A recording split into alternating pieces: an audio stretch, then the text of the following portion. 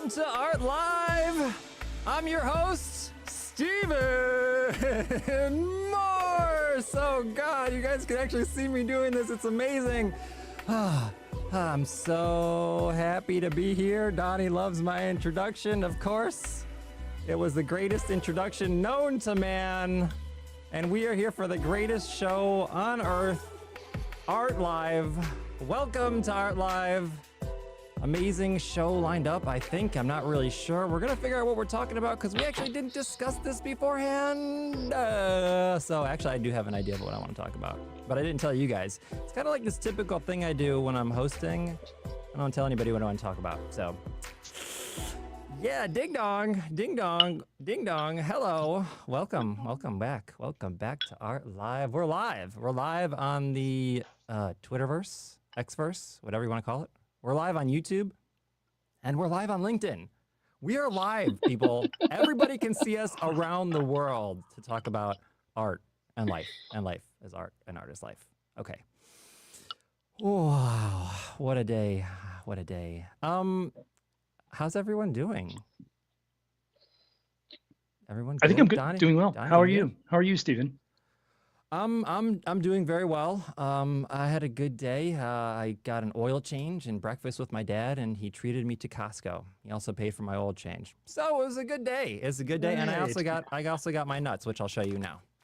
Is he adopting? Also, Steven, I've maintained what I said earlier, that eating unsalted, unroasted cashews is like eating a paper bag. And congratulations on your fortitude getting through with those. It's a lot. Do you not like looking at my nuts? Huh. Okay. Where we're going with this? I'll put my bag of nuts to the side. I just can't get over that they're unsalted. Like, what's the point of them if there's no salt on them? I don't want to eat yet, but I will eat my... Never mind. I'm not going to go too far on this one. Anyway, Harmony, how are you? I'm really good, but it doesn't matter. Nothing matters. Why is that? Huh. I'm in my nihilism arc, so Okay. nothing matters. What is it that what spawned the nihilism arc? Maybe we can start talking about nihilism today. I've been rereading Beyond Good and Evil. And it's making you think nothing matters? Oh, I always knew that nothing mattered. I'm just, living by it now. Does that mean nothing's fun too? No, everything's fun when Okay, nothing good. matters. Well, then the conversation, I get it. Yeah, then I agree totally. I always, like when I was a kid, I used to want to, my criteria for having a girlfriend was that I wanted to have someone who knew that it was all a joke, but like played the game anyway. Because like, what's the point of playing a video game with someone who's given up on the video game? You know what I mean? Like if this is just a video game, which it kind of feels like it, I still want to pretend it's fun and real. Yeah. And like we're gonna do it. I'm playing the video game, but I'm not gonna follow the rules of the game. Yeah, I don't want to play whatever you're doing. When we both spawn into Grand Theft Auto and you're the one like shooting cops and knocking hookers over and stuff, yeah. I don't want to do that. Yeah, that's a great way to play. Speaking of driving and knocking hookers over, Kinetics, how are you doing today? Hey, you saw that report, huh? Oh, sorry, you went left. We live in Florida, so yeah. Steven saw the news. It's real big in Florida. Yeah. So everything's okay then, I'm assuming. Yeah. What's going on in Florida? Yeah. Oh, Kinetics. I knocked over some hookers. You guys didn't get that? I like your bio. We're starting off. No, but like, don't you both live in Florida and you both read the same headline? Did something actually happen? No, no, just what you did. Okay. Yeah, that was just me extending Steven saying, making his innuendos. Huh. Innuendos. About, we started off with nuts and hookers, so we're doing. Can I ask? I have a follow-up question for Harmony on her nihilism kick. Does this have anything to do with Twitter being unkind to you? Because it feels like those two things are pretty closely temporally related. It started before that. I think one of the reasons why I got myself into this predicament with Twitter is because I was exploring nihilism. Yeah. How were you exercising nihilism on the time? Because I was just doing everything everybody had ever told me not to do. And then I was just trying to like cheat the system and I didn't really care about like playing the game of jerking everybody off so that they would jerk me off on Twitter. It's called the circle jerk. Yeah. Yeah. So you're a pendulum swing all the way in the opposite direction from the jerk off. I like to think Yeah. I live in the middle where I'm not trying to jerk anyone off, but I also don't expect them to jerk me off. Where if you're looking at the people who are all jerking each other off, and you don't just return to center, you swing all the way to the other side and you get your account removed. Well, Does you it feel good? know, it feels great. You know Good.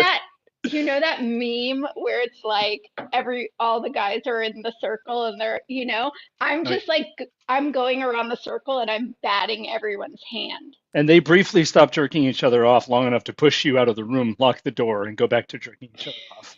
Was it worth it? Yeah. No, seriously. Do you feel like you accomplished something and like you learned something? And, like, was it a fun I endeavor? No, I mean I don't feel like I accomplished anything because it doesn't matter. But like I kind of feel a sense of relief, if that makes sense. Can we give Did a you feel little pressure reference, though, just prior? really quick? Harmony's Twitter was suspended, for those who don't know. So that's what we're referring to. The circle jerk is what precipitated the suspension. So continue. So sorry.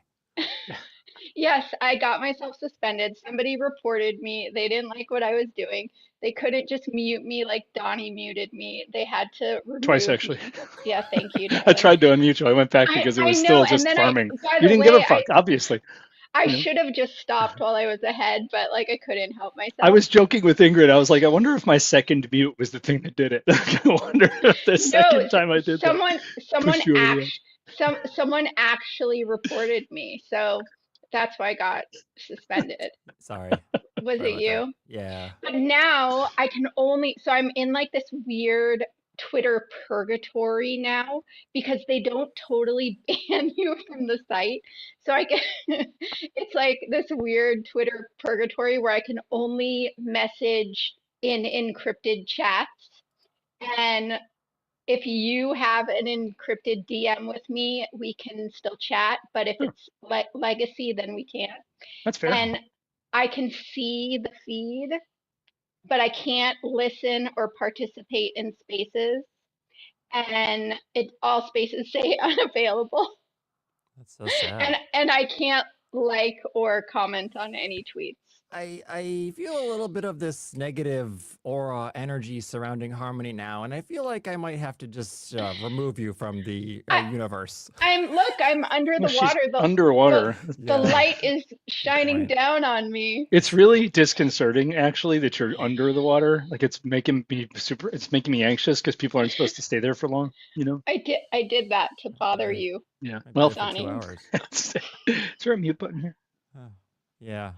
There's also a report button. I can now report. I do have a topic though for today. Aren't you guys curious what it is? I am. Yeah. Well, Oh, you didn't say hello to Kinetics, did you? Oh, you did first. Well, Never he mind. started to, and then we got back to your nihilism. and Oh. So clearly you're doing really well with that. yeah. Yeah. By the way, Okay.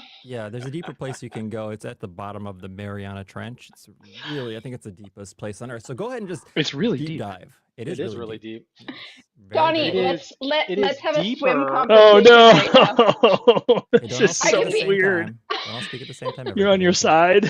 side. You know that stroke. The side stroke. Yeah, I Wow. think that's what it's called when you're on your side. The only person that's gone that deep is Ed Harris in that movie, The Abyss. That was a good movie. That was a good movie. Wow, Donnie's shaking his head. You've never seen that movie? I didn't see it. No. That's a great movie. And I would. was tossing in my fun fact. The Mariana Trench is deeper than Mount Everest is tall. Yes, I saw an infographic that said that, and that was when I realized that it was deep.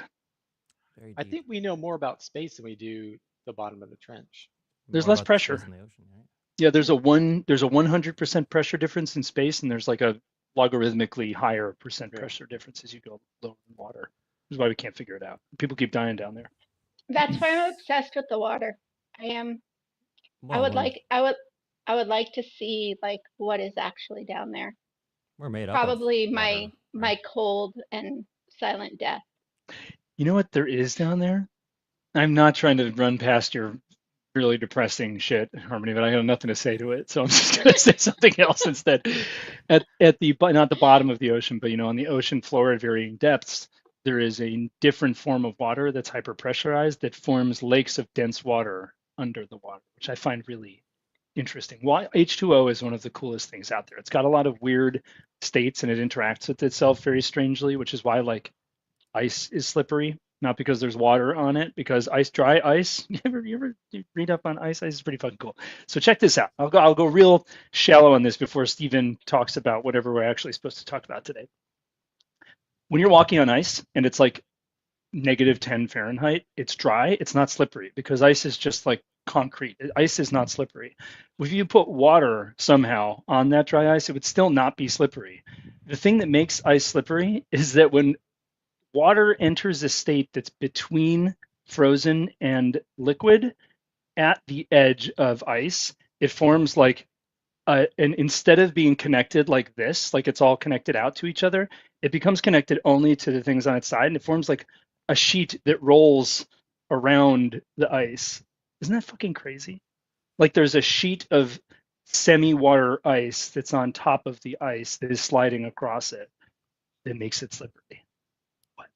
Well, that's Or like when like- two bodies of water meet, right? And go ahead, Alex. Or Donnie's it's best like friend. it's faster to freeze something if it's boiling hot than if it's room temperature. Science. How does that make any sense? That I had a chemist or a 'cause of- physicist or someone explain that to me once, It's and it 'cause was the way like the molecules are arranged. Yeah. that, and I think it But- had something to do with like the way that it interacts with the temperature, like it makes the freezer work harder. I don't fucking remember. I don't want to say the wrong thing, but one of the ways you can. Okay, can we do another water fact? I really like water. That was fun. Okay, cool. So when water is water at room temperature, it's like this. I got to do a visual for this. It's just wiggly, and then when it freezes, it all of a sudden just goes like this, pop, and it locks into its largest state. It goes from its smallest state, which is at its coldest before it's freezing, all of a sudden in an instant to its largest state, which is why if you freeze like a glass bottle of water, it'll shatter the glass because all of the water roughly at the same time, or each molecule goes instantly from its smallest state to its largest state right away. So it'll snap through any bottle because the force that it creates is fucking incredible. Something else that's fun about after it's in that state, it doesn't, like once you have an ice cube, let's say it's an ice cube, pull it out of your freezer is probably -30 Fahrenheit. It's extremely cold, like way colder than ice would be slippery. And if you pull an ice cube out, it's almost sticky. Like it sticks to you because it's hard. That's because the entire surface of it and all of the inside is locked at its largest state possible where it's not slippery. If you run water on it, it snaps. You've ever heard that before? Like when you pour water onto ice cubes, they crack. That's because they're all ripping. Everything on the outside is going to its smallest state instantaneously from its largest state and ripping the inside of the ice cube out. Isn't that nuts? That's crazy. That's crazy shit. It's crazy that water does that. It's the only thing that goes immediately from its smallest state at cold to its largest state of frozen. The only thing like it. I think There you go. you'll Water fact of the appreciate- day. I like the water Thank facts of the day, and we're made up of water, so mostly. Kind of. I think you'll like today's topic. It has to do with liquids, sort of. Was it? Where is Um, this going? Well, it really came from two things. Okay. Today I got an oil change in my car, and then it made me start to think about Donnie's comments and something we talked about in a previous session, Art Live, Space Show, whatever you want to call what we're doing, about like mental fatigue and creativity and like working through that potentially, or how it affects you. I have people in my DMs on Twitter kind of telling me how, they've taken a break from the space because it's drained them of their creativity. They're too focused on one thing, they can't do another. Or when you get so fatigued and you push through that fatigue and you continue to create, whatever it is, like these extremes and how they alter your creativity. Because I don't think, as I've been kind of like mulling this over, like I don't think these things kill your creativity. I think you have to find different ways of utilizing it, or a different thing that you're good at, or something new comes that you never thought of. Or this could even go into like the brain kind of conversation as well, because What things are you alterations to the talking about? brain. You mean social media or working for really long hours? Well, it could be in social media. I guess that was an example of like somebody who was mentally drained, which then affected their creativity from social media, trying to put too much emphasis on being present in that space and, talking to people, creating content, and so on and so forth. And for the creative mind, like all of these things, kind of like okay, so as Detract. yeah, they detract.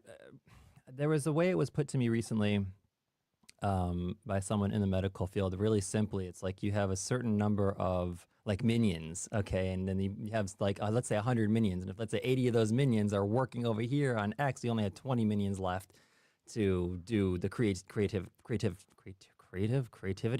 stuff. Creative. Wow, that was weird. Creative.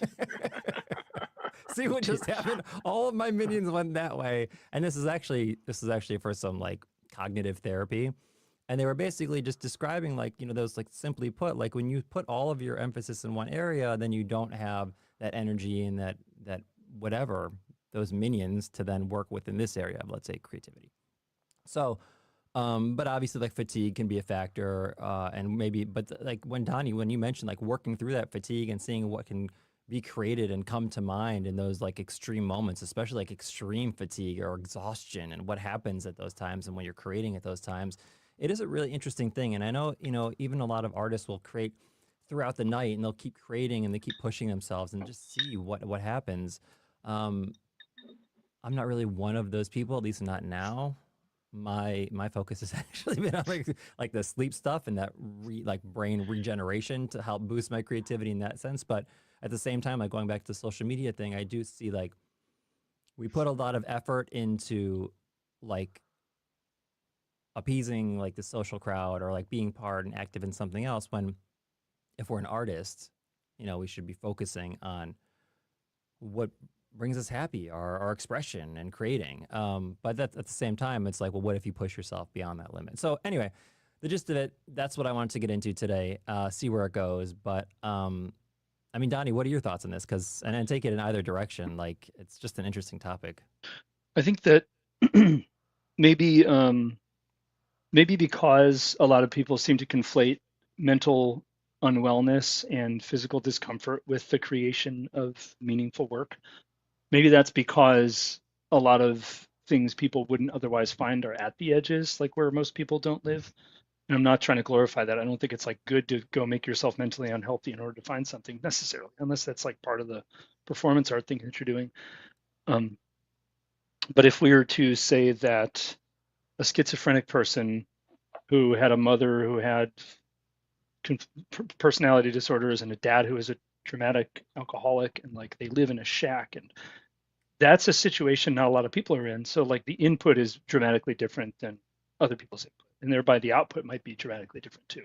So what I was referencing before didn't really have much to do with that, but I was just kind of extrapolating the idea because I think that let's say you are a painter and you paint for 10 hours a day for a year. On the 365th day of you painting for 10 hours a day, I mean, maybe a month in, you were like, something hurt. Your leg starts to hurt. You have like nerve issues. Now your posture's bad, or I don't know, you get carpal tunnel or something like that. If you actually make it through 10 hours a day for 365 days, what is at hour number 10 on the 365th day? That's something you won't find unless you make yourself uncomfortable. I don't think. So like, and that's not to say anybody has to do that, but like there's just different shit at the end of that road. And I don't hear people talk about that a lot. A lot of my work was actually created from like my worst moments, like when I was at my worst, and I would just draw these things, and that was my expression at the time, including the flowers, which was my last release. But yeah, Harmony, go ahead. I was going to say, I don't think that the participation in social media or marketing yourself necessarily, I mean, I think maybe it looks like for some people that you are burning out, but I really feel like it's more of a dulling of the senses.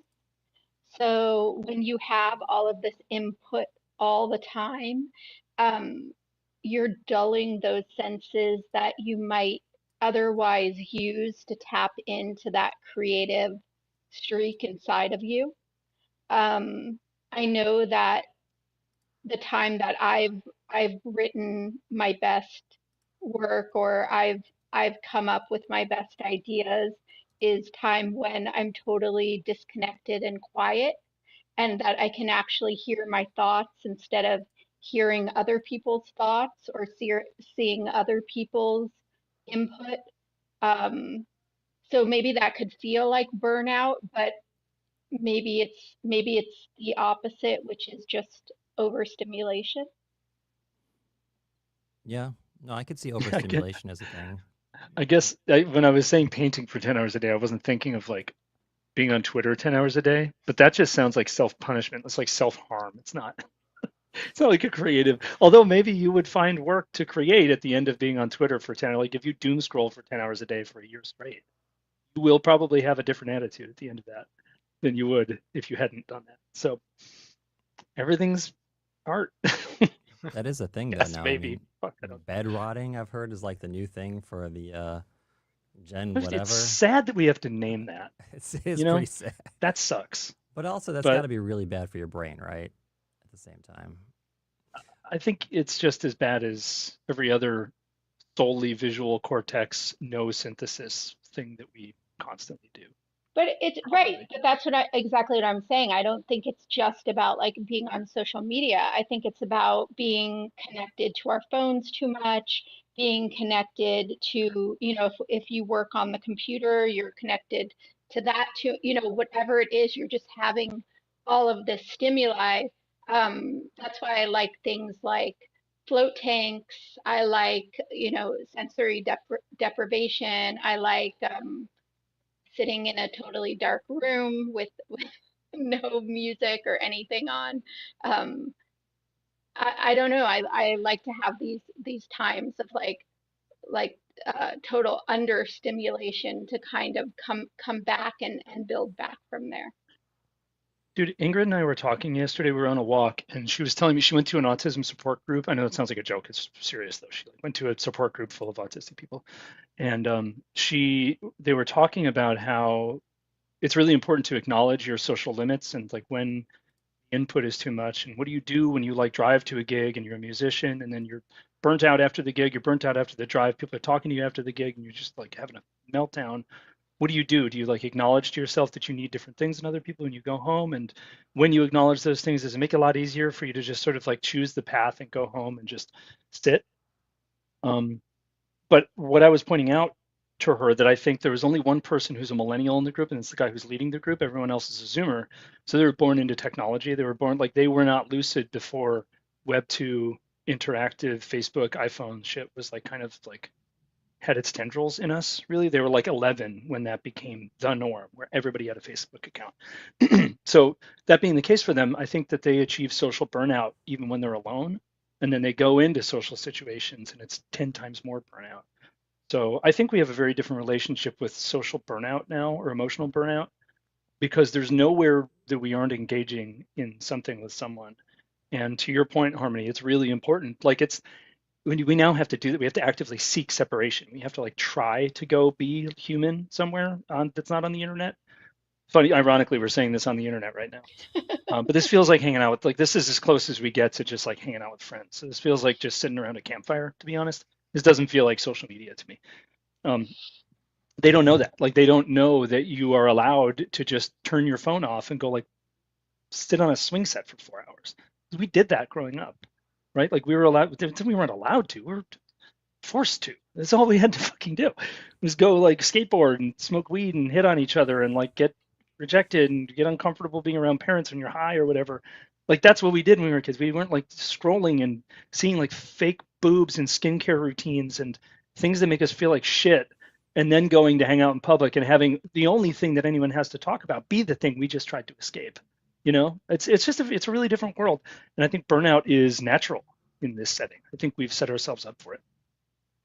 Well, Yeah. also, just sorry, real quick, when you don't give yourself the opportunity to feel uncomfortable or feel certain emotions, because anytime you start feeling something, you're like, pick up my phone or turn on the radio or turn on a movie or whatever you use to kind of like self-satisfy, and you never let yourself sit with those uncomfortable emotions, then you can never really move past them or get through them or come up with new ideas or create truly authentically because you're just suppressing all of this realness inside of you with outside stimuli.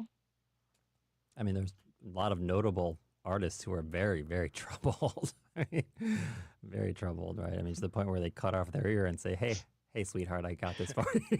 Like, I don't know a lot who aren't. that's true. It's I maybe mean, the really that's famous ones are good at marketing, and they're like Lady Gaga. I mean, maybe they have problems too. I'm sure they do because they're human. But like the Beatles of the world, they're not known for being mentally unstable and wildly creative. They're like insane businessmen with amazing, engaging practices. Not like weirdos who wear the same leather jacket every day and never shave and like I don't know, or like wake up thinking about nihilism. You know, maybe they are, but that's not what their persona is. it is. Yeah, it is different, and maybe today it's like anyone can kind of play with that creativity, especially with like AI tools, right? It kind of allows for anyone to prompt something. It's a different form of creativity, but anything you can kind of come up with and imagine, you can create. So that allows for those business minds to then, yeah, create whatever they want and then use their that other side of their brain to then market it and send it out so everyone sees it. It's kind of interesting. And it's kind of definite like juxtaposition to like I don't know, the painter that's sitting there, manic depressive and painting this landscape with tears going down their face.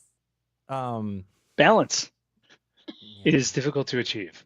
If you can be the brooding, antisocial edgelord who makes shit on 4chan or is a participant in early internet culture and I don't know, the creation of memes, and you can find a way to market yourself, then you are one of the extremely few people who can balance those two things and be a superstar in both realms.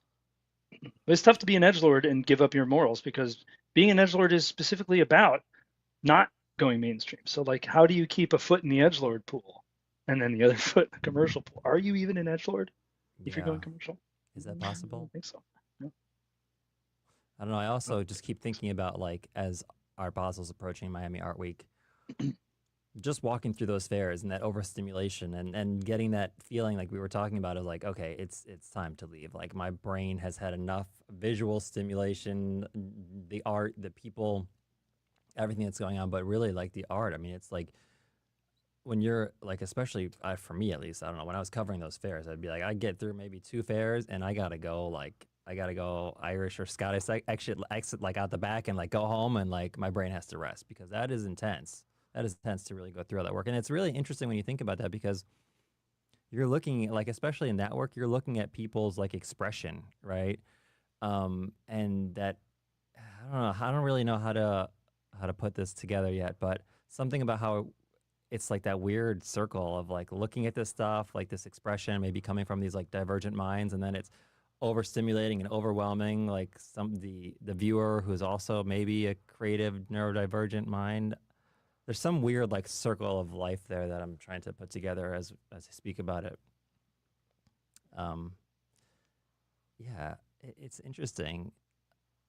I, I know, like for me, when you were saying like this, the social media route, like with X, like I immediately went to not, it's not so much the overstimulation as it feels like a job.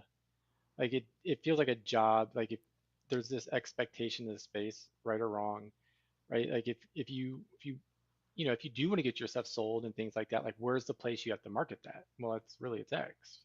And so I think a lot of people feel that pressure to do that. Um, I know I was feeling that for a while, and it just got tiring. And so I think that's what it was for me. It's just like I got to the point where I was like, I'm done doing this shit. Like it's not really post a lot right now. Like I'm taking a little bit of a break. Like I'm just gonna do me. And that I think everybody gets to that point or gets to their place wherever they're at and where they're at in their journey. But like for me, it wasn't overstimulation. It was just feeling like I had to go on there and do it. Like I had to post in the morning and I had to post in the afternoon and I had to post at night. And then you got to go on there and reply to people. It's like, it's a lot. you know, and then you're doing all that shit, and then like nobody's replying back, and you're like, motherfuckers, I'm replying on to your shit, you're not replying back to my shit. So it's like Thank God this you, is opt-in, huh? you know what I'm Because saying? you can Right. just not. You can, But like I'm you can right. just But I'm just decide saying, not like to. you get in that mind, you get in that mind frame, right? Because it's what you're focused on and it's what you're trying to build. So you put a lot of emphasis in it. And when you start putting a lot of emphasis in that, it can become very negative. And that's where it was getting from me. I'm done. I'm like, this isn't the point of all of this. And How? so I step Yeah. back. And how has that affected your creative process, your creativity? Not much. It sort of hasn't affected me much, other than the fact that, you know, just in general, I just feel better now. Like I don't feel this like obligation to do it. And if I want to get on there and post, I will. If I don't, I don't. Um, but as far as my creative process, so what I will say is when I was being more consistent with that, it obviously took away time during the day that I could create. So it just meant I was able to accomplish less in a day on that part of it than maybe in some other parts. And so I think that just comes down to time management. And honestly, you should be time managing your stuff anyways. Like it doesn't, necessarily shouldn't all of you about just the creative process.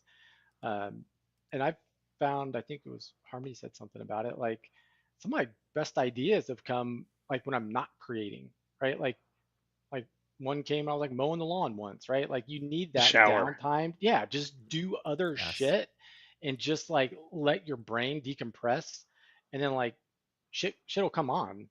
Um, some of my best ideas have been that way. Um, so The shower, water. Honestly, I get some of my best ideas in the shower also, and that maybe brings our time. So we're You back to can't do water. anything else. It's you can't do anything. It's a deprivation tank essentially. You can't like be on the phone. You can't wear earbud. I mean, maybe you have like waterproof earbuds, but like get rid of them. Stop. Don't bring that shit into the shower with you. Um, it's the only place. Like there's the couch. You can do anything you want. The kitchen. You just maybe you have a TV in the kitchen. Maybe you're like on your phone all the time. You have an iPad. You're watching a movie while you cook. Whatever. There's no there's no other place in the house like the shower. I think it's also that Even relaxation too. beds. Everybody's Yeah. bringing shit into bed with them, doing all kinds of weird shit. I'm not talking about sex. Beds are for sex and sleeping. Beds are not for You put that first. everything else, essentially, I think. Yeah. I So mean, the phone in the bedroom, like that's a thing that I got rid of recently, and my sleep has actually beat it. improved. Yeah. You don't control me, phone. Yeah, phone. By the way, just a quick side note. I noticed how we're all wearing like the same or similar colors What is today. the beige thing today? Why are we doing? I was This is tempted to not- change my shirt when I green. saw this.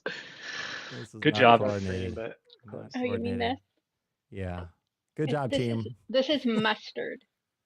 Mm. Oh, so sorry. Different I'm lighting, so different lighting. sorry. Got see, I know Mustard. like for me, Donnie, like I do really well with music. So like when I mow, I put my AirPods in, and then it takes me like 2 hours to do all my shit. And so I listen to music while I'm doing it, and that's a huge motivation for me. And so Music does something I different for me do, too. yeah, so I Yeah. do that, but I don't. So sometimes when I'm doing art here, like sometimes I'll listen to music and sometimes I don't. I gotta be in that headspace to want it. And I go through spurts. Like I was for a while, I was like doing it every day. I listen to like EDM and stuff. That kind of what gets me going. So I listen to a lot of that. But like I've been on a kick here probably for the last 30, 45 days where it's just like I can't do it. A couple times I've started it and I had to stop it. I'm like, nope, it's gotta be silent. Yeah, sometimes I love music when I'm writing or when I'm painting or when I'm doing other things, but sometimes it starts annoying me, Yeah, and that's when I'm like yeah. silence. It's weird because sometimes it's a distractor and sometimes I feel like it's a motivator. And I don't know what makes it one or the other for me, but it does. That makes me wonder for anybody here, like, do you guys feel more creative in a particular mindset or in particular moods? Or do you find that you create certain things in particular moods or write a certain way depending on your mood? I mean, I'm bipolar, so it's it's all over the place. I don't really have. I'm just daily. I have the normal daily testosterone fluctuations. I think. I don't think I have like weeks or months where I'm in a different mood. I'm pretty like even at this point. I used to be all over the fucking place, but now I think I've like leveled out. You know? bottom. My best time for writing is right when I wake up in the morning. Why do you think And that is? I'm still like in somewhat of a dream state, and like I'm not maybe analyzing my words or my thoughts too much. It's just maybe a little bit more intuitive. So I think maybe like 5 years now I keep like a pencil and a like pad near my on my bedside table to like write stuff down. Sometimes I'm just writing down like one sentence, or sometimes it's like different words that pop into my head. And then later on, I'll come back to it and I'll put it together. When I wrote that short story, from spring to summer, which you can't see anymore. It used to be in my articles and on my X page. But if you want to read it, I'll send it to you. When I wrote that, it came to me like paragraph by like different paragraphs came to me on different days.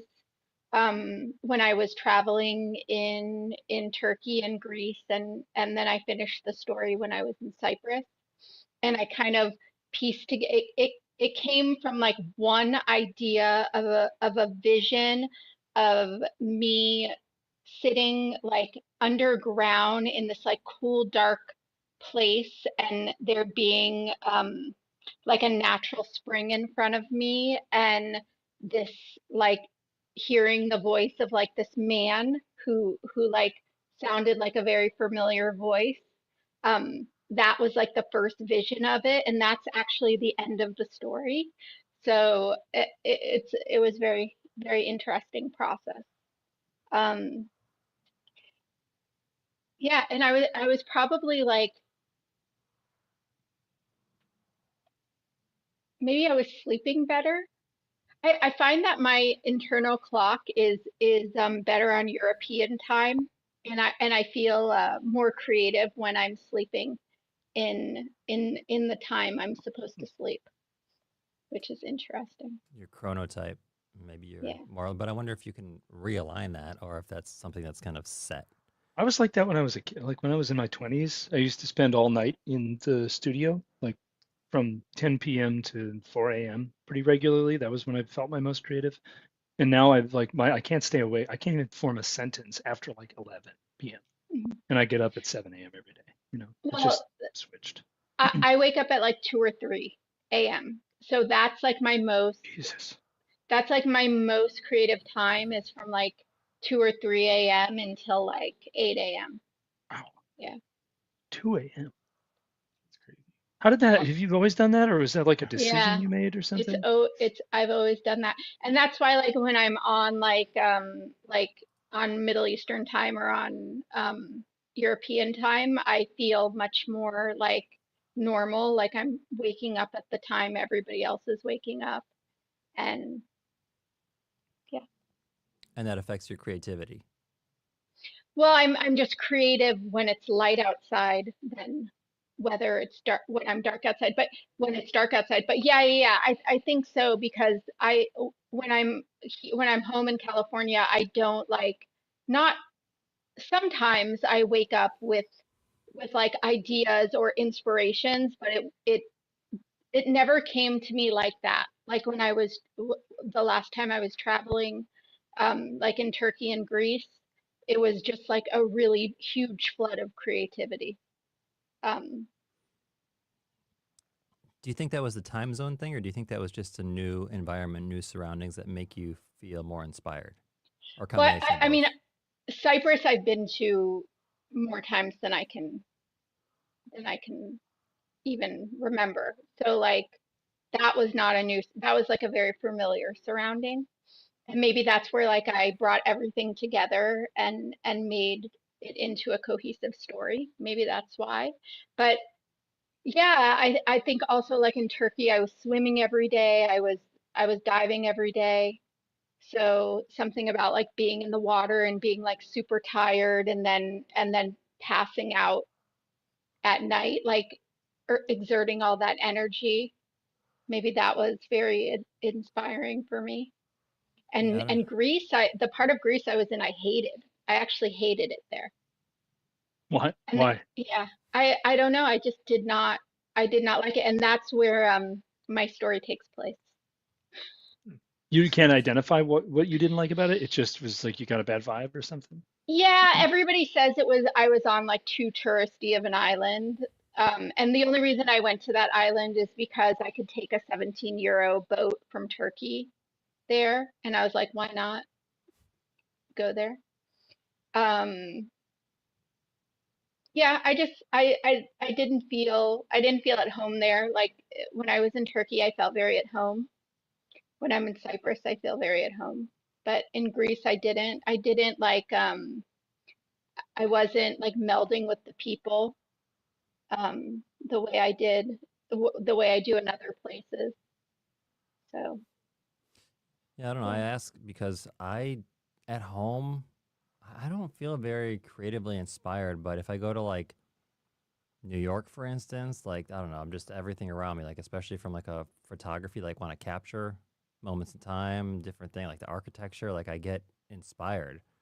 But being at home and being like like the Miami environment or just I don't know, like I love to be home. Like I love to be in my place. I'm very comfortable here. I don't really leave very much. But I'm like not very inspired here, not very inspired by the city, the surroundings. I don't know, but when I travel, not just New York, when I just get out and I experience new things and new cultures, it really stimulates something, whether I create something out of that or not. Even if I'm just capturing, the images of the culture or whatever is, the travel stuff is Well, something there's that I so don't many like experience. traditional and like notable artists who moved to the countryside somewhere, or like, escaped to some small village in who knows where so that so they could be inspired and concentrate more on their work. So I feel like that maybe is a normal uh happenstance for people. And of course, yeah, New York is very inspiring in that um, in that effect. I feel the same way in Amsterdam as well. It Amsterdam reminds me of walking around and seeing, all the different architecture and like these little bookstores and um, just like very cute, like New Yorkish type things, but more old town because it's Amsterdam, if that makes sense. I think that touches on a huge psychological component, and I've thought about this quite a bit. I think you're uninspired where you're at because it's where you've always been at. You don't look at things like you do in a new place, right? Like I bet if you went around Miami and you were like really looking around and studying like you are in a new place because it's new and you're looking around, you'd probably find all kinds of cool shit. You're like, oh, I didn't even realize that was there, Hard to right? be Or a like, tourist in your own right, city. Yeah. right. Or like, how many times do you go outside and like look up at the sky? Like, I think the sky is one of the most beautiful things on earth, and how often do we go out and like look at it? I do. Um, I do. I try to as Yeah, I well, like and the I can't sun. see so it here. There's because just too it's much like, light pollution. I like the it's like just the sunsets. sky in general. No, I'm not saying stars, but just like even clouds during Oh the yeah. daytime, right? Like it's beautiful. It's like a beautiful canvas, like every single day. And like, how often do we go outside and do that? Like, not often, because we're in our norm. We're not even paying attention to shit. The local And s- band syndrome. It's gonna right, be I there and s- tomorrow, you know? right, and so I agree with you though to a certain extent. I also think that certain people do better in certain places.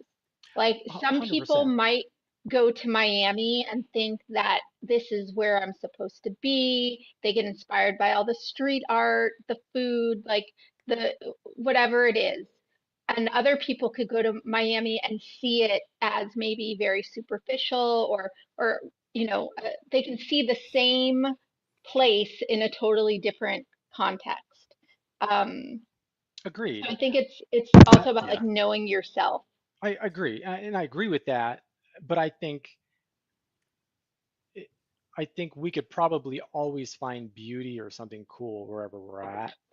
I think But in we like general, to think we can't. We like to right, like it's always in, cooler somewhere else. Like we can right, be on Earth and we're just gonna keep thinking about Mars until we get there and we're like, this place sucks. right, and exactly. And but to your point, I get it, right? Like some places we go to and it's just like, you know, thank God Witters isn't here. It speaks to your soul, right? She Like, said she was writing a thread. She yeah, sent a message to the group. She said, "Man, that thread took a long time to write. I'll be right there." yeah. You could have Like, written a thread like you couldn't have done it like 2 hours from now. wait, It's really that urgent. clearly. So like it just speaks to you like on this innate, right? Like level. And so I get that. And I think we've probably all experienced places like that, right? Where it's just something about it. Maybe we can't put our finger on it, it's just different. But Now, I like, Donnie, how about like all of the NFT art, all the digital art that's been created around the town, Marfa? Like that is a place that is, it's a very strange place to inspire people, but there's something about it that taps into a certain type of creation that everybody has picked up.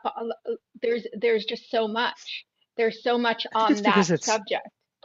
it's so liminal that it like had no definition when the military left it. I feel like Judd saw that in it, and that's why he was inspired to go put those just like boxes in buildings and build these spaces that had no purpose but to make you feel weird, kind of. Because I think he looked at this space. I can't speak for him. I don't know enough about him, but if I were him, I would have been looking at that space thinking like, there's no place that has been abandoned and is full of nothing, and you can see as many miles as the atmosphere will let you in every direction because you're on a 5,000 foot tall plateau. It's crazy. It's the only place like it. I totally agree. But I think if it were populated and like New York City, it wouldn't have that charm. And this is a temporary thing that exists in Marfa. And if it gets more popular and more artists start moving there and it's an artist conclave, then it's the norm to be an artist and like commercialized just like everything else, and then we have to find a new place that has nothing to go like And talk expand about the into. sky. The sky there Holy is, shit, man. It's like being in outer space. yeah. You know, it, there's yeah, go ahead. and there's something to say, right? So there's I've never been to Marfa, right? But I can understand from like a psychological perspective, right? Like the military does this with shit. Disney understood it. That's why Walt Disney did like Magic Kingdom. You got to take a boat or take a tram to get into the park, right? There's something about getting someplace where you're trying to go and then you're like having to travel to get there, right? And that's what you have to do with Marfa. I think, and I've never been there, but that is to me is probably the key to Marfa is the fact that you have to make this journey once you get to the airport to Marfa, That's maybe right? some of it for people who have really good access to everything, but flying to Hong Kong took 27 hours. And when I got there, it was cool, but I don't think it was because it took 27 hours to get there. And getting to Marfa only took 16, Right. maybe But something like that, yeah, but there, Or you but think you the drive in the no, desert, you mean? the drive. Yeah, Yeah. So it's very physical. you're getting to the location, right? Okay, I'm here, and now you're there, but then you have to make this journey. And from what I've gathered, right, it's like in the middle of the desert. There's nothing around. It's like a sensory deprivation Yeah, drive, yeah. Except yeah. that the roads are really choppy. They're really rough, so it's like the road noise is really loud. It's like you just have a 3-hour drone in your head. Yeah. And there's nothing Because around you except those cool gas stations people in the South get that have like hunting right, knives and construction safety gear and shit, like all the goofy shit at gas it's stations. it is. Yeah, I equate that to a pilgrimage for art. You got to do the yeah. same shit with like religious pilgrimage, right? You have to make this journey to get to this place. There's always psychologically been something about that, right? Us as humans, um, we've always done that, right? Like Stonehenge was one, like friggin' forever ago. So we've always had this innate thing in us to make these pilgrimages, and I think there's a lot to it. Not that taking away from the installation or the art and that stuff, but there's a lot to be said to that, I think. Um, Witters yeah, made it. yeah. Welcome, Hi. Witters. It's nice to see you.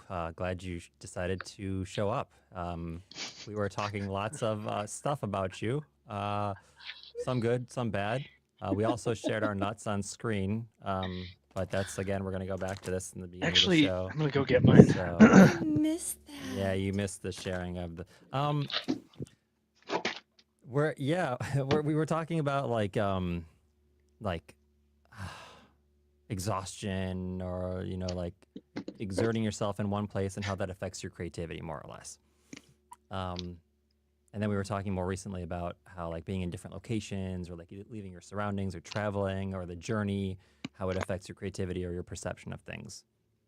And Dude, yeah, go that ahead, well, jump I right in. think any artist has an ebb and flow of like their creation cycle, I guess. And that is very hard to time with like the market, I guess.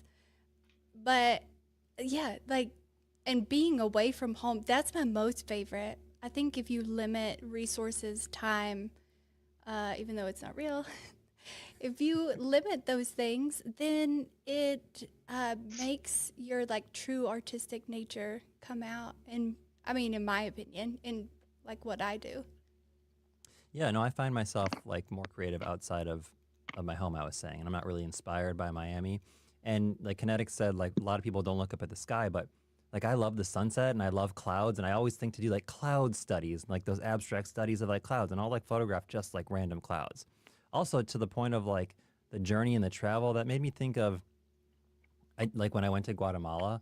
So you fly into the main international airport. I forgot where the capital. But then, like to get to Antigua, you take like a car ride, right? So you take a car ride to Antigua. Antigua is a very cool city. But then I went to San Marcos. So San Marcos La Laguna. So there's this lake, Lake Atitlan, right? So you've flown into Guatemala, you go to Antigua, and then you get like another car ride to like the lake, and then once you get to the lake, you have to hop in one of these little boats. These I forgot what they're called. Anyway, which is like a very like bumpy ride. Is like it's like this whole experience, this whole journey, and then you get to this place, which is like this completely unique experience. And that was like very inspiring, and that whole journey. Like, yeah, I have videos. I mean, I can pull up the videos if you want to see. It's like, oh, it's like really intense.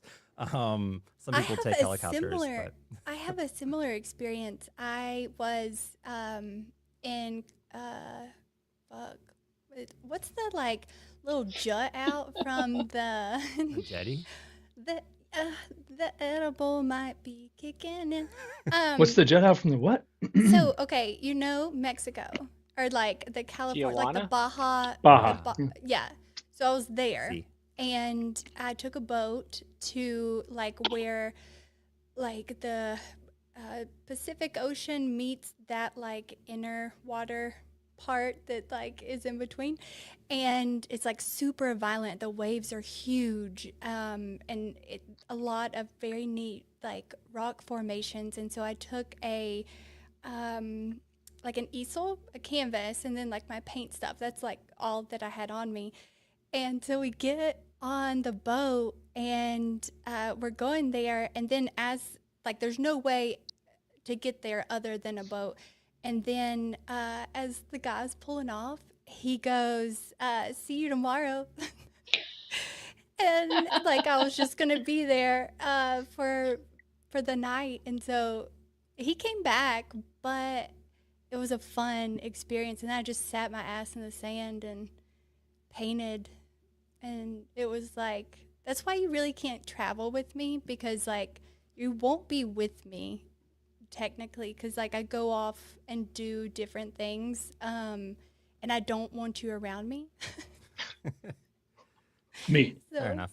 You, like everyone, you just don't want to, or like yeah, specific people, yeah, I loved don't ones. want them. Yeah, no loved ones. No, I don't enjoy like my time to be I like shared. traveling alone too. Yeah, Well, you can do what you want I in your used own to, time, anyway. right? And experience things in your own time and see what you want to see. And Well, traveling with my girlfriend now is not, I don't feel like she's limiting me. She doesn't like make me do shit. She doesn't bitch about things when we get to them and like make me leave them. It's not, I don't feel like constrained. So if I were with someone who was constraining me though, I don't really like traveling. I don't even like going to dinner with more than 3 people. And me counted as one of them. Like if I'm at a table with me and 2 other people and one more person shows up, I'm probably leaving because it's just not what I wanted. I don't want to like be around a crowd. So I I feel don't you, Liz. I don't like to wrangle a bunch of people. That's my problem when I 16 travel. people. Who's Yeah, paying? How are we getting yeah. there? Get out of here. Well, Come on. all of it, and just like, I don't want to be the person also who's like, all right, let's go, let's do this. Like I want to leave when I want to leave. I want to come Mhm. back when I want to come back. Sometimes when I'm traveling alone, because I travel alone a lot, I think like, oh, it would be nice to share this particular experience with someone. But then there's more experiences that I actually am happy that I was there alone. And then I think about it and I think like if I were to do this with someone, I don't think it would have been the same. Same. Yeah. Truth. Yeah. But my biggest thing is like I'll just disappear and then everybody's like, "Where'd she go?" And they know that I'll return for food. Um, but they just kind She's of like an let indoor that. outdoor cat. I am such Yeah, an indoor that's outdoor okay. cat. That's the only That kind is, of cat I've ever lived around. Good yeah, cats. very good cat. Independent. Hmm. Yeah. I did this hike. I think I've talked about it before in Portugal that an Uber driver told me to do. That he said it was going to be very easy and it was not very easy. It ended up to be like a 3 hour hike and the last like 10, 15 minutes was like straight down a cliff and there was like no phone reception and but it got me to like the most beautiful beach I had ever seen in my life and nobody else was there. Um, and I thought like maybe it would have been smart to do that with somebody else, but then I thought like no, it would have been probably a lot of like arguing like why did we do this? We should go back or like, whatever it is. But since I was by myself, I was able to challenge myself and make my own decisions and then discover what I discovered, which I felt like I went through all the list of people in my head that probably could have been there with me. And I thought, no, I wouldn't have want to share this with anybody. You learn more about So, yourself in those experiences. yeah. Yeah. I really want to do like a backpacking, maybe like a week long backpacking adventure in Appalachia and only paint with things that I forage. And I think that that limited palette would be really, really cool. Yeah. I mean, the deprivation, like, I don't know, like Harmony was saying, like not having your phone, not being connected, I think it freaks a lot of people out, but and maybe at first it does. And then you're like, wait a second. First of all, you don't need this thing. like, take this thing and just get rid of it. Get rid of it. You don't need it. Like, it's just a distraction. And yeah, that distraction definitely, I don't know, takes away from your creativity. It's a very useful tool, but also having that awareness is like a human being, not just an artist. Like having that awareness to know that that thing is taking away from like what you should be focusing on. And maybe that's also like a generational thing, or maybe it's just like a self-awareness thing as people learn. But yeah, I don't know. I mean, I'm sitting here and I got 3 screens in front of me and like 4 windows open and like doing a bunch of things at once, and it's almost like unavoidable. And yeah, I think let's do some like hiking and just leave our phone somewhere and see what happens, and leave And each to other. be devoid of any comfort, I think you really Toilet paper? get to, you don't get that either. So yeah, you can have that.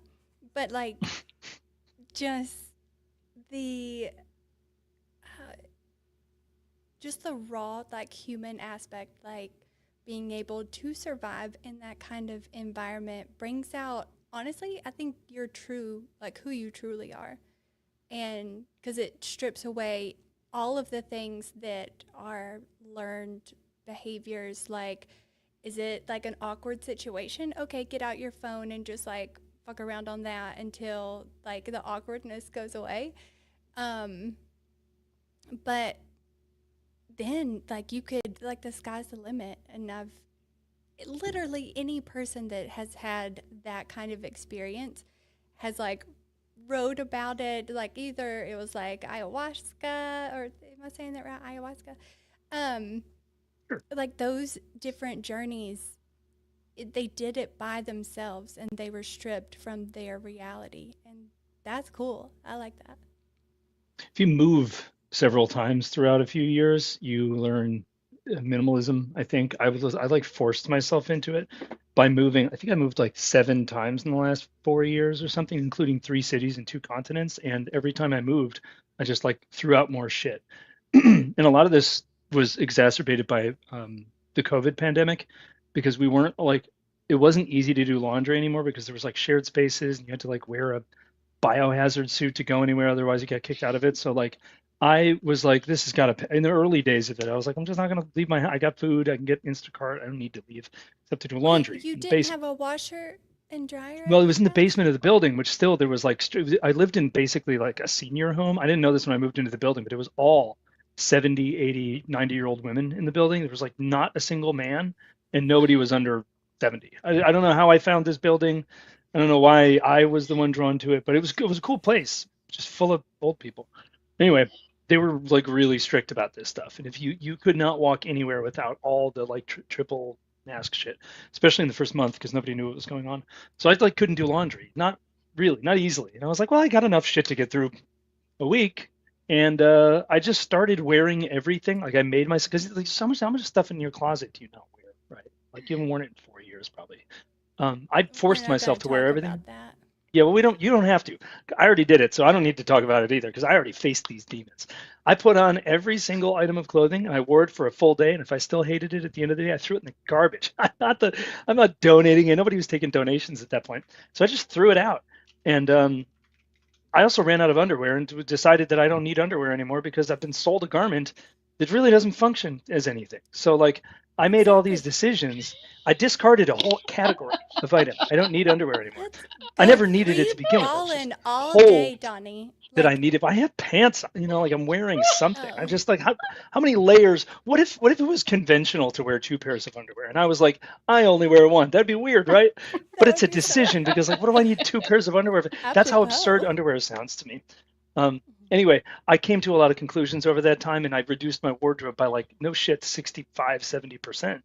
And I started doing that with everything else. I was like, if I don't use this, like the fear of wanting something and not maybe having it in a year, that one day I might need it, that day's it's not coming. Get rid of it. Stop having that thing look at you. Like when you walk into the room and there's like a piano theory for beginners book and you had it for 6 years and you're like, someday I'm going to learn the piano. You're not going to learn the piano. You're not going to do it. It took you 6 years. You're looking at the book. It makes you feel like shit. It stops you from doing other things well, is my conclusion. So there's my. Did you start to do things like better once you started living this more simplistic lifestyle, or when you started like purging stuff from your life? Did it change My your? life changed dramatically after that. I don't know if it had, maybe that was just comorbid with that. Maybe that was a piece of a package of many things that moved on, but I was a full-time bartender until the pandemic hit. And then I became like a behind the scenes batching spreadsheet man because we only had one employee throughout the whole restaurant group, and it was me. So I had to do all this other weird stuff like build online ordering systems. I had to drive cocktails around in my car, but I had to set up an ordering system and like a geographic map for delivery fees, all kinds of shit I'd never done before. And when we reopened the doors to the restaurant, I realized I didn't want to interact with only the extroverts now who are capable of going outside their homes and like screaming and acting like weirdos because they forgot how to interact. So it chased me away from bartending, and I ended up going into like full-time management and then batching and then getting really into blockchain stuff and into art and blah, Anyway, that happened all at the same time, but I don't think that cleaning my closet caused it. That's what I was trying to say there. I just took too long to say. But you found a place in art, and was that from the blockchain thing, or how do you It think comes that and happened? goes. I was into digital art in the 90s and 2000s too. I just didn't know that's not what we called it back then. It's just like because you couldn't own it, so nobody talked about it. It was like projection mapping on huge building walls, or light mapping a floor, or building. Friends of mine were making algorithms and like displaying them on TVs, and we just didn't know. It wasn't like we weren't looking at it from the rear mirror like that. And I owned a music studio and played classical piano for a long time, so like music was more my medium back then. And physical art, I don't really know what I've done in my life because I can't remember any of it. But I think my dad tells me I used to draw a lot when I was a kid. So Do no, you I have don't think any of it brought me those? back. Maybe it inspired me to get back into it. Maybe I got sidetracked and distracted by like trying to be an adult and own a house and like make money in the restaurant industry. I think that was kind of a sidetrack that I fell off quickly. Yeah. So getting Like rid the of things stuff. that basically money was the distraction, I think. Yeah, well, that's probably a distraction for a lot of us, especially trying to earn a living from being a creative. Curious though, do you have any of the drawings from when you were a kid? Yeah, my mom has folders full of stuff, but it's only from like my single digit, double digit years, not into like 20s and 30s. Um, I don't know what I was doing. Post accident, pre accident, I still have no idea. I also throw everything away now because I don't like looking at pictures of myself. Point out. This How old were you is when you did that, Witter? so that was in 95. So I think I was like 8 maybe. I have a book I could pull out of the closet that I drew. I think I was like also maybe like 7, but that would have been late 80s, I think. Maybe like Well, there's lots of 97. stuff from that age for me. My mom has all Yeah. that stuff. I just mean like the more meaningful post-developmental years of creation. I wouldn't know what I have because I throw everything out. It's like Yeah. the Bitcoin is saving me from that actually because the things I've been inscribing for the last 2 years, I can forget about them all I want. They don't take up space. I don't have to throw them out. I can always go back and reference them. So I it's was a 6. new I age for just me. did the math in my head. I was 6. Was that? Do you remember the year you were born? I mean, I don't remember. I don't mean do you Barely. remember being born, but like you know the number, right? I do. I remember the uterus well. Its walls were very Oh, okay. But no, the yeah, math's hard.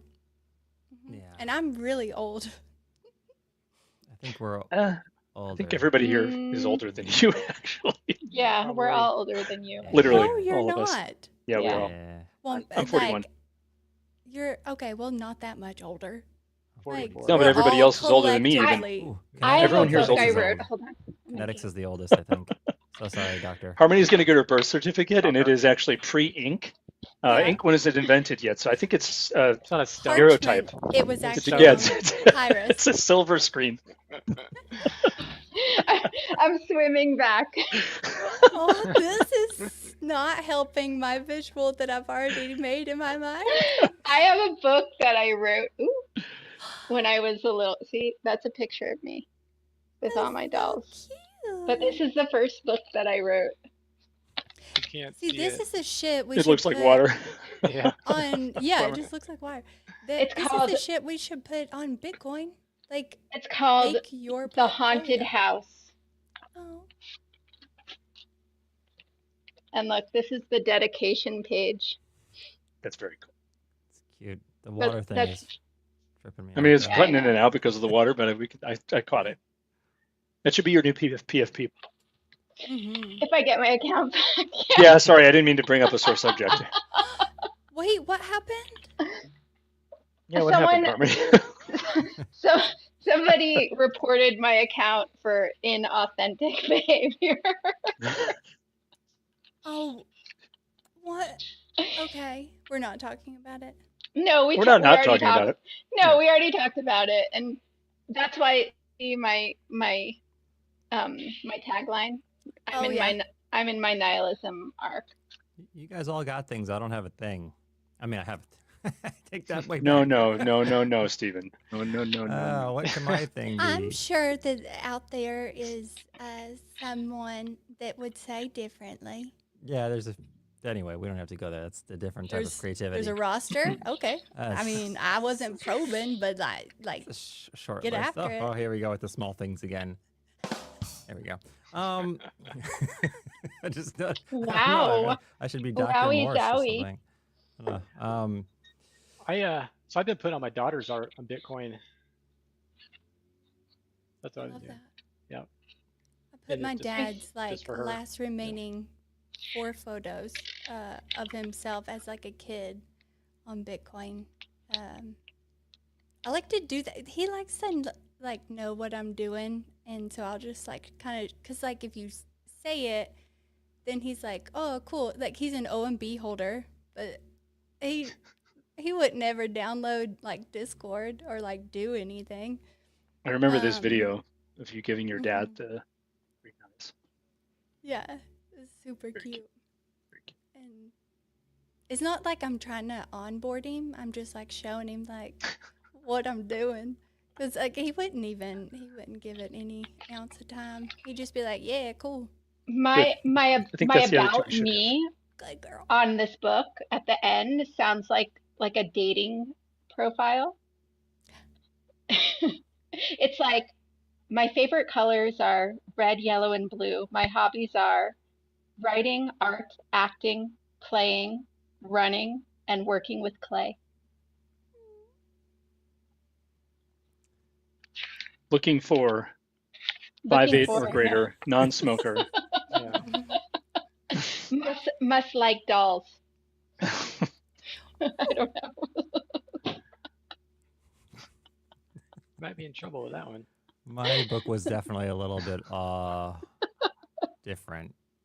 The characters were like, I should probably pull it out of the closet. It's right behind me. I don't know if you guys want to see it. It is, but it's interesting because I draw very similarly to when I was a child. Like I haven't changed my style much. It's still like unique and somewhat maybe strange or off-putting. Like it's interesting to see that consistency. Usually people develop, like, not me. But that's okay. I'm sure there are differences stylistically or in terms of execution, at least in medium, clearly. Yeah, there is. I mean, like the more recent stuff is drawn digitally on an iPad, and there's color. Like this was literally just like pen on paper. Right. You know, but the character faces are like, I've really never seen anybody create anything like that. I'd get up and get my painting, but I'll be honest with you, I don't have any bottoms on. Oh, The floor's moving. Mm-hmm. Oh, you don't have any. Yeah. We each have one layer on. Mm-hmm. You just have the bottom layer, and I have the top layer. Yeah. and together. Together. I do have pants on, so I could get up, but I Good don't really choice. feel like it at the moment. So Nope. I feel like that would drain my energy of being creative and entertaining.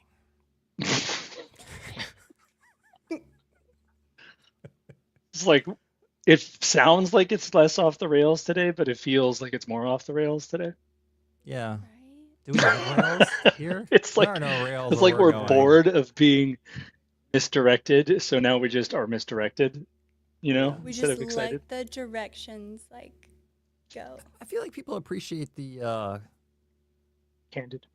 yeah. I The was gonna say a candor. different thing. Oh, we're sharing our nuts again. This is my question. Have you gotten any people who have listened to this on the other platforms who have now subscribed or are like, hello, Stephen. Big fan. I'm gonna keep Oh. listening. After 3 of them? I don't know. Yeah, I'm just wondering. I'm wondering who this I haven't checked podcast is my reaching. subscriber database, but I will say that X is our biggest viewership platform. So viewership, ship. Sean Connery. Jump ship and come into the water. Come into the water. Jump ship. No, Fucking weird today. Yeah, Wow. weird is good. Weird is, the thing about weird is, do you want your artist to be like normal and like all button up, or do you want your artist to be weird, making weird, unique Stiff. stuff? Yeah. Hello. I mean, look at Salvador Dali. He was like so unique. Oh my Um, goodness. His you ever book, hear him talk? he wrote it was translated into English. It's called Maniac Eyeball. It is so good. He is batshit crazy. I tell you what, every time I feel like I'm I'm exceeding the perimeters of my box, then I just read a little passage in that, and I'm like, oh, I'm normal as shit. There's no way. Sorry, was a weird we're dude. What physical kind- guys, are we? What kind of stuff does he say? How he remembers his birth and into just how we were talking about just now, how he remembers the cervix, how he remembers coming out, discovering his boogers and stuff like that. People say that. And- I feel like they're full of shit. I feel like that's not physically possible. 100%, but he still wrote it down, Did- and that's an probably act in itself. He probably had some type of DMT trip or like some, Or schizophrenia. I yeah, bet or he was that. the Yeah. most normal that was fucking too soon. person in the world, but just had this alter ego and he played it so well. Edgelord. That's mine. That's my Yeah. favorite word today. Like, dude, he'd sit at home with a tie and like, very You guys- proper. You want a little clip of him speaking in an interview? I would Yeah. love that. Okay, let me pull this up. Give me one. I'm gonna get sued for this one too. Probably I'm gonna get sued for everything, Donnie. But I got great lawyers, you know. Okay, let me. I'm gonna have to mute myself. Talking with Satchel Paige, Lillian Gish, and Salvador Dali. And I was wondering, Mr. Dali, you've done some very mysterious things, and I don't know if you like to be asked what they mean, but there was an incident once where you appeared for a lecture in Paris at the Sorbonne, and you arrived in a Rolls Royce filled with cauliflowers. Yes, because cauliflower, I believe. Cauliflower represents exactly the same morphological problem of one horn of rhinoceros. Can you look careful on cauliflower? There's plenty of the same pattern of sunflower. And you know Leonardo da Vinci? The cauliflower is the same pattern as the sunflower. Exactly, the same pattern is crossing logarithmic spirals. And Leonardo da Vinci discovered for the first time this mathematical phenomenon in the sunflower. And later on, Dali discovered 1,000 times much more powerful mathematical problem in the cauliflower. And this is the reason I arrived in the Sorbonne, because my speech is around the cauliflower and the horn of rhinoceros, because it's the same problem. The same rhinoceros that you mentioned earlier. Rhinoceros, mathematical pattern. He's talking about the golden ratio, is he not? Like the cauliflower, the sunflower. Yeah, like there's all the of correlation there. But his personality, the exuberance, the uniqueness, he did the suit, performance- the suit, cane, the the cane, mustache that braid, goes the up to his mustache. eyeballs. What's the deal with that? Didn't he do something No, with he like a fi- hippopotamus one day, like a whole performance thing too? I mean, he did like some outlandish I things. think it's great. Yeah, it's I great. think that interviewer is such a square. For real. Well, People like most to make fun people- of anything that's outside the box. A lot of people in the art world are a little bit squarish. Your host is not. Okay, we got our assortment of you guys. Yeah, we are not. But this is like really. This is like what artists are. Like artists are not squares. Maybe some of them are. Anyway. It's so much more comfortable to be around somebody who is just comfortable being than somebody who's like zipped up to the, who is like watching everything they say and everything they do. Like it just feels so much better to be around somebody like that who's just unapologetically themselves.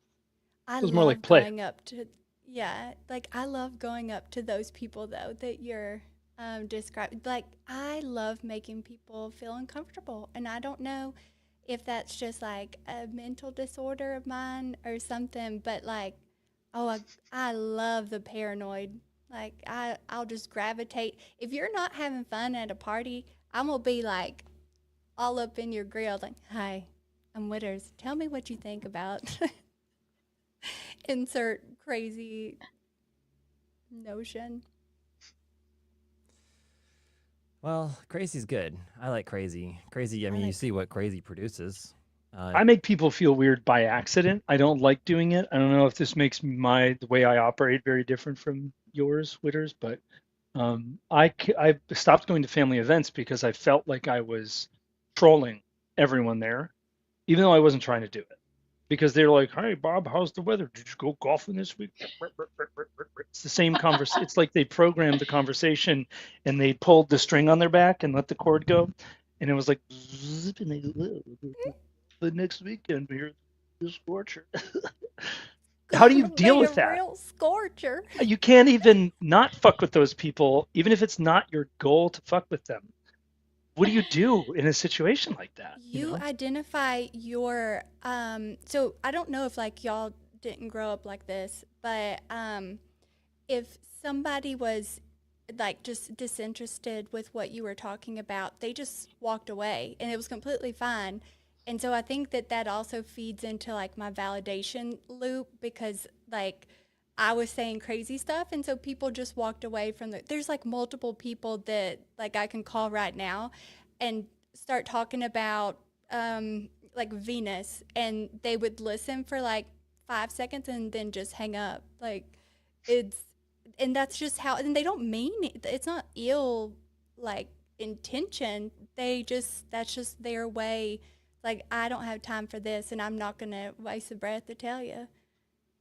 And that's just how it is. There's no like courtesy in it. And then you just know next time you don't talk about Venus. I just don't go to those things anymore. The things that I'm I whining found about. you to be exactly the opposite of that, Donnie. I thought you spoke about very interesting things when I met you. I didn't think that you were the person who made people feel uncomfortable at the No, I party. don't want to. I think when I get stuck in a group of family members that I have nothing in common with, and I haven't been to a family reunion in like 15 years because of this, but being around a bunch of people who like grew up in a suburb, never left the suburb, they all have the same thoughts about the same thing, they do the same thing every day. Those kinds of people, I find it uncomfortable to be around them because there's nothing that I'm interested in that won't make them uncomfortable. And everything that they have to You say is going to make me feel like I'm stuck in an elevator. you would Never hate opens. my family reunions then. God, I you'd wouldn't go to hate them. them. Yeah. I Yeah. wouldn't go to them. I mean, I don't really. No, I do because there's really good food. But To Harmony's point, having fun in a crowd full of artists is easy because everybody's thinking and talking about different shit, So like if you and saw me not being antagonistic in that room at the 8 nap thing when we bumped into each other at Marfa, Yeah. like of course not. Those people are all cool. They're all like nice, thoughtful, boundary pushing people. Nobody there was even like hammered, which is a huge No. surprise for a conference. That it was Usually also very everybody's shit-faced. early in the conference and very early in the night as That's true. well. That's very Yeah. I go to bed at 9:30. Yeah. Yeah, I go to bed earlier sometimes. Don't ask. Same. If I'm up past that, then I've gone off the rails. It's best not to start a conversation with me. Yeehaw. Well, you did already eat an edible and it's like 2, so it's probably, you're not lying. That's for sure. I'm not. I get a little bit of that sundown syndrome. As soon as that sun starts going down, my brain's like, okay, good night. Well, and like, it's just not wise to go outside in the dark in Appalachia. Oh. Is that why you have Not guns? a good idea. And Bigfoot? it's not like, oh no, Lord no. Big- But we're very superstitious people, and there are haints. Do y'all have the wood booger there? Is that an No. Appalachian thing? Or is that Maybe like up, different? maybe up north, but not like cryptids, like Yeah. animals that just look off. And I mean, maybe they, I just heard about the okay. wood booger today, and I'm not really familiar with it. I was hoping you'd have some insight, but No, I'll do my own research. no wood booger. Not like where I am. There could be. What is the wood booger? Yeah. I don't know. That's why I was asking. I have It's to a do some booger in the woods. Googling. It's like from what I remember them talking about, it's a Bigfoot, but it's like 3 feet tall, but has like a normal man-sized penis and very long hair. It kind of looks like a hairy child with a big dick from what the guys on the podcast were talking about. That, Not my words, but it's what they said. that seems, on brand. There's no way that's real. It's from last podcast on the left. They had a live episode like a few days ago. And, well, no, of course it's not real. It's a cryptid. Yeah, They're it's not a- real. I mean, like I But the dare story- real you. make-believe thing. Is the story real? No, is what I'm saying. hey, I didn't say that. Is the Next story then. real? And The wood we should move from this topic because it ain't a good one. Making You're me gonna look I it like work up. talking outside. about the wood booger. Oh, sorry. I'm looking I it don't know up where that now. came from. Sorry. Sorry, it's not a take on you, Witters. It just comes out of me. It's part of me. Uh, I can go well, get and right back like if you guys. want. if I'm anything above baseline, like mentally, it gets worse. Like I try to like, I don't want to like stifle it, but it I do try to speak more eloquently whenever I'm talking on spaces, as opposed to like what I do with y'all, and it's like, Yeah, don't try to like filter yourself. That's actually something that a casting director told me early on. They're like, "You seem like you're holding back." I don't think I do too much of that anymore. Like, what's the point? What's the point? It's fucking boring. Like, be yourself. Like, be yourself. Say what you want to say. If people don't like it, there's a lot of people that actually don't like me. I know this really surprises Donnie. I know, we were talking on the phone the other day and you were like, this person unfollowed me, this person There's a unfollowed lot of me. people that don't like me. What And did I you guess do? it's because well, I am bipolar, and I can be pretty like hard on how I think things should be done or what could be done differently. And I don't really push these buttons anymore. But maybe in the past I push some buttons, or maybe I don't know. People also like in our space in particular might look at like the art thing and see like, oh, like this is still available, like that kind of bullshit. There's a lot of different reasons, but there are definitely So a they handful of people. unfollow you? I mean, that's crazy. There's Good. there's That's a yeah. great friend filter. If they unfollow you over that, Exactly. take Well, a hike. this is a core group of like people. Harmony who gets suspended from but Rebels. there's rebels. rebels. Sorry, it happened again. But there's not like a lot of people, especially within like our space, that are like gonna be there throughout thick and thin, and the market like ups and downs. I mean, forming like true friendships, which is great, and it does happen, and it's great to connect like through this and through the space and through the art. But you also, time reveals all truths, right? So you learn, a lot about everybody, especially when you tell people no, you really learn a lot about them. That's Oh for yeah, sure. And that when they, is oh, for sure. yeah, you go, Sorry to, holy, they yeah, said no to me. How dare yep. you piece of. Okay, relax. But oh, some I people just do. say yes to everything, and then when I don't show up or something, they're like, "Oh, she meant no." Yeah. I just don't really say. Well, I'm trying to say no more instead of But like, hmm. what do you hmm. think is better? You think that you have actually preserved something with people because you said yes and then didn't follow through? Just trolling. No. Yeah, it's more of a troll, I I think, think would be. it's like doing the thing that like when the drunk girl walks up to the cop and takes his hat off and it's like, it's my hat now. Yeah. I get the shit beat out of me and locked up overnight at minimum for doing that. Winners would just like, she can do that because people will let her say no or yes and then just not do it. But no one will let me do that. So like, I'm not allowed to do shit like that. That's one of the And Uh-huh. then, benefits.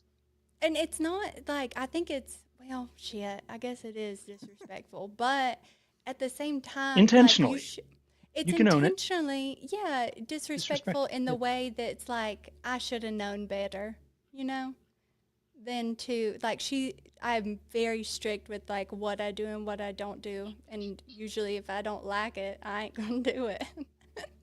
So it's like, I'm not gonna be shilling some like weird thing that I don't believe in. I'm not gonna be doing like these podcasts that are like to for what? Like I don't even know any of the people here, and you're like basically a menace like throughout your entire like Web3 journey. So like I wouldn't want to like put myself around them. Sounds like you're talking about a very specific instance.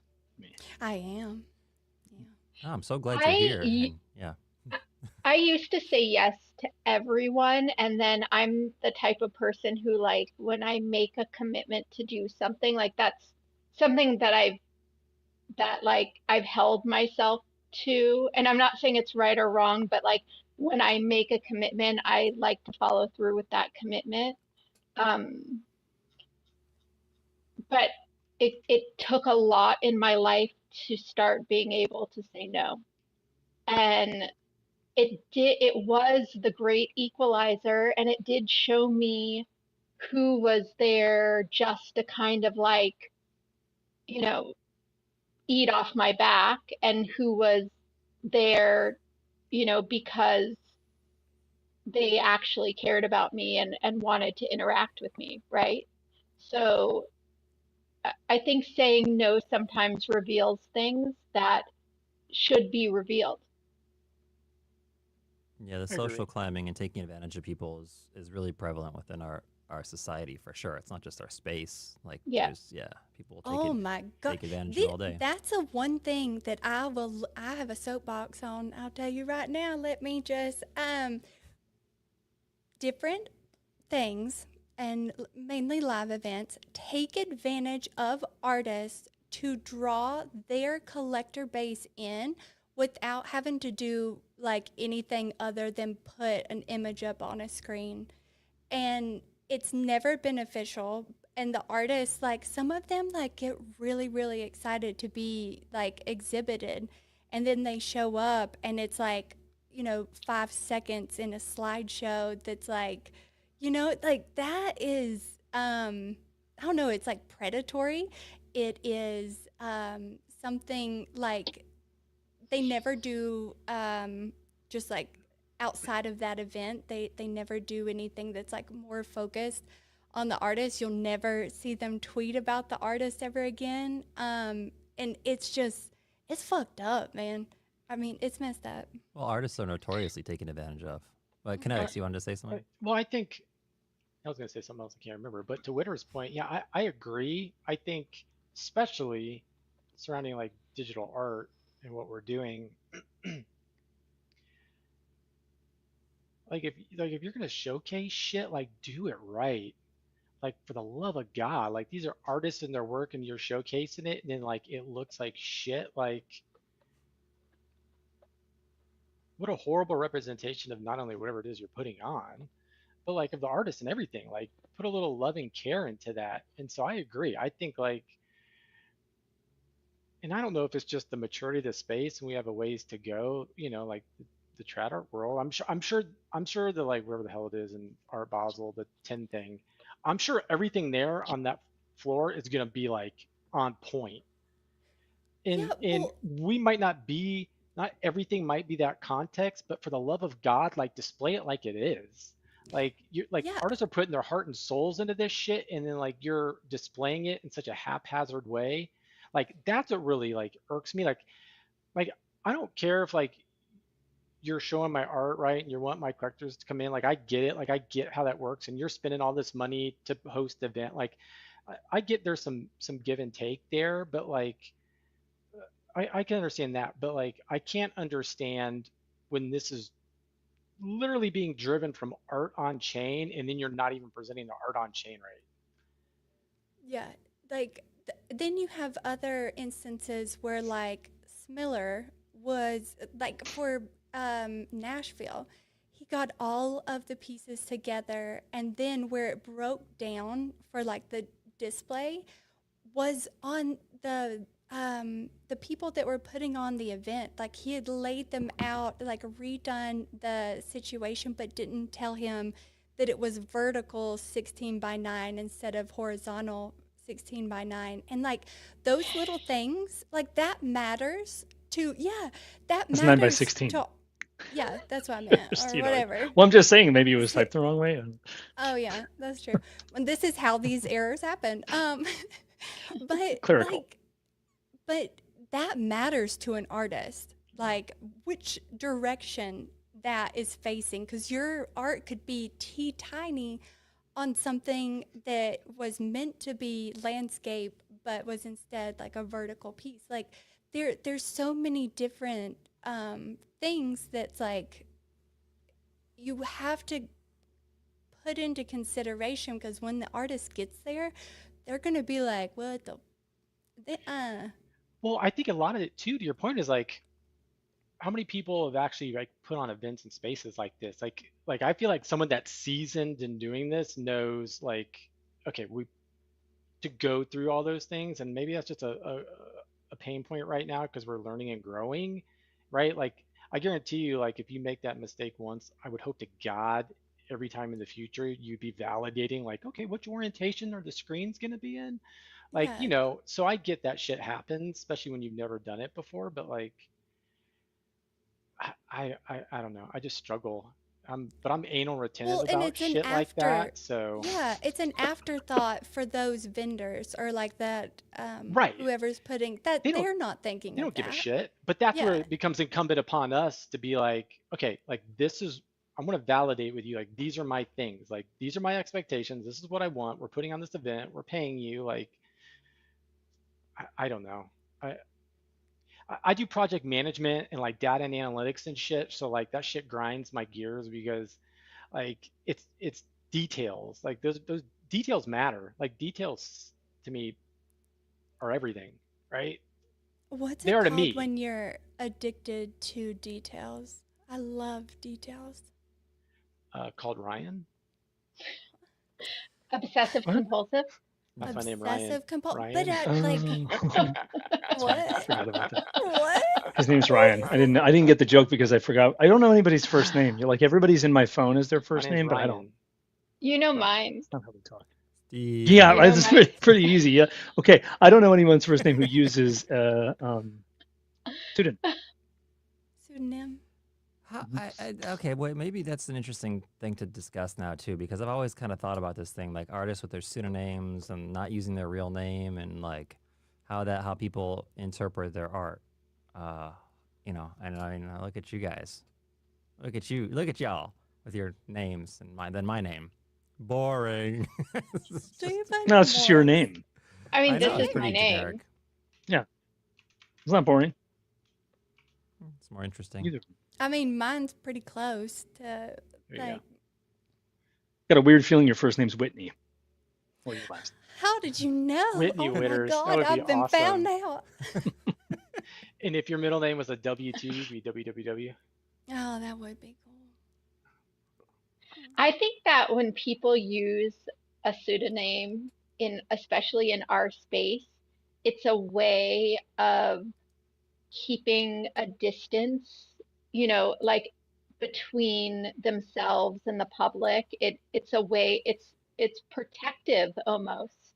That kind of like after I started using my real name, I discovered that I I lost that extra buffer of protection.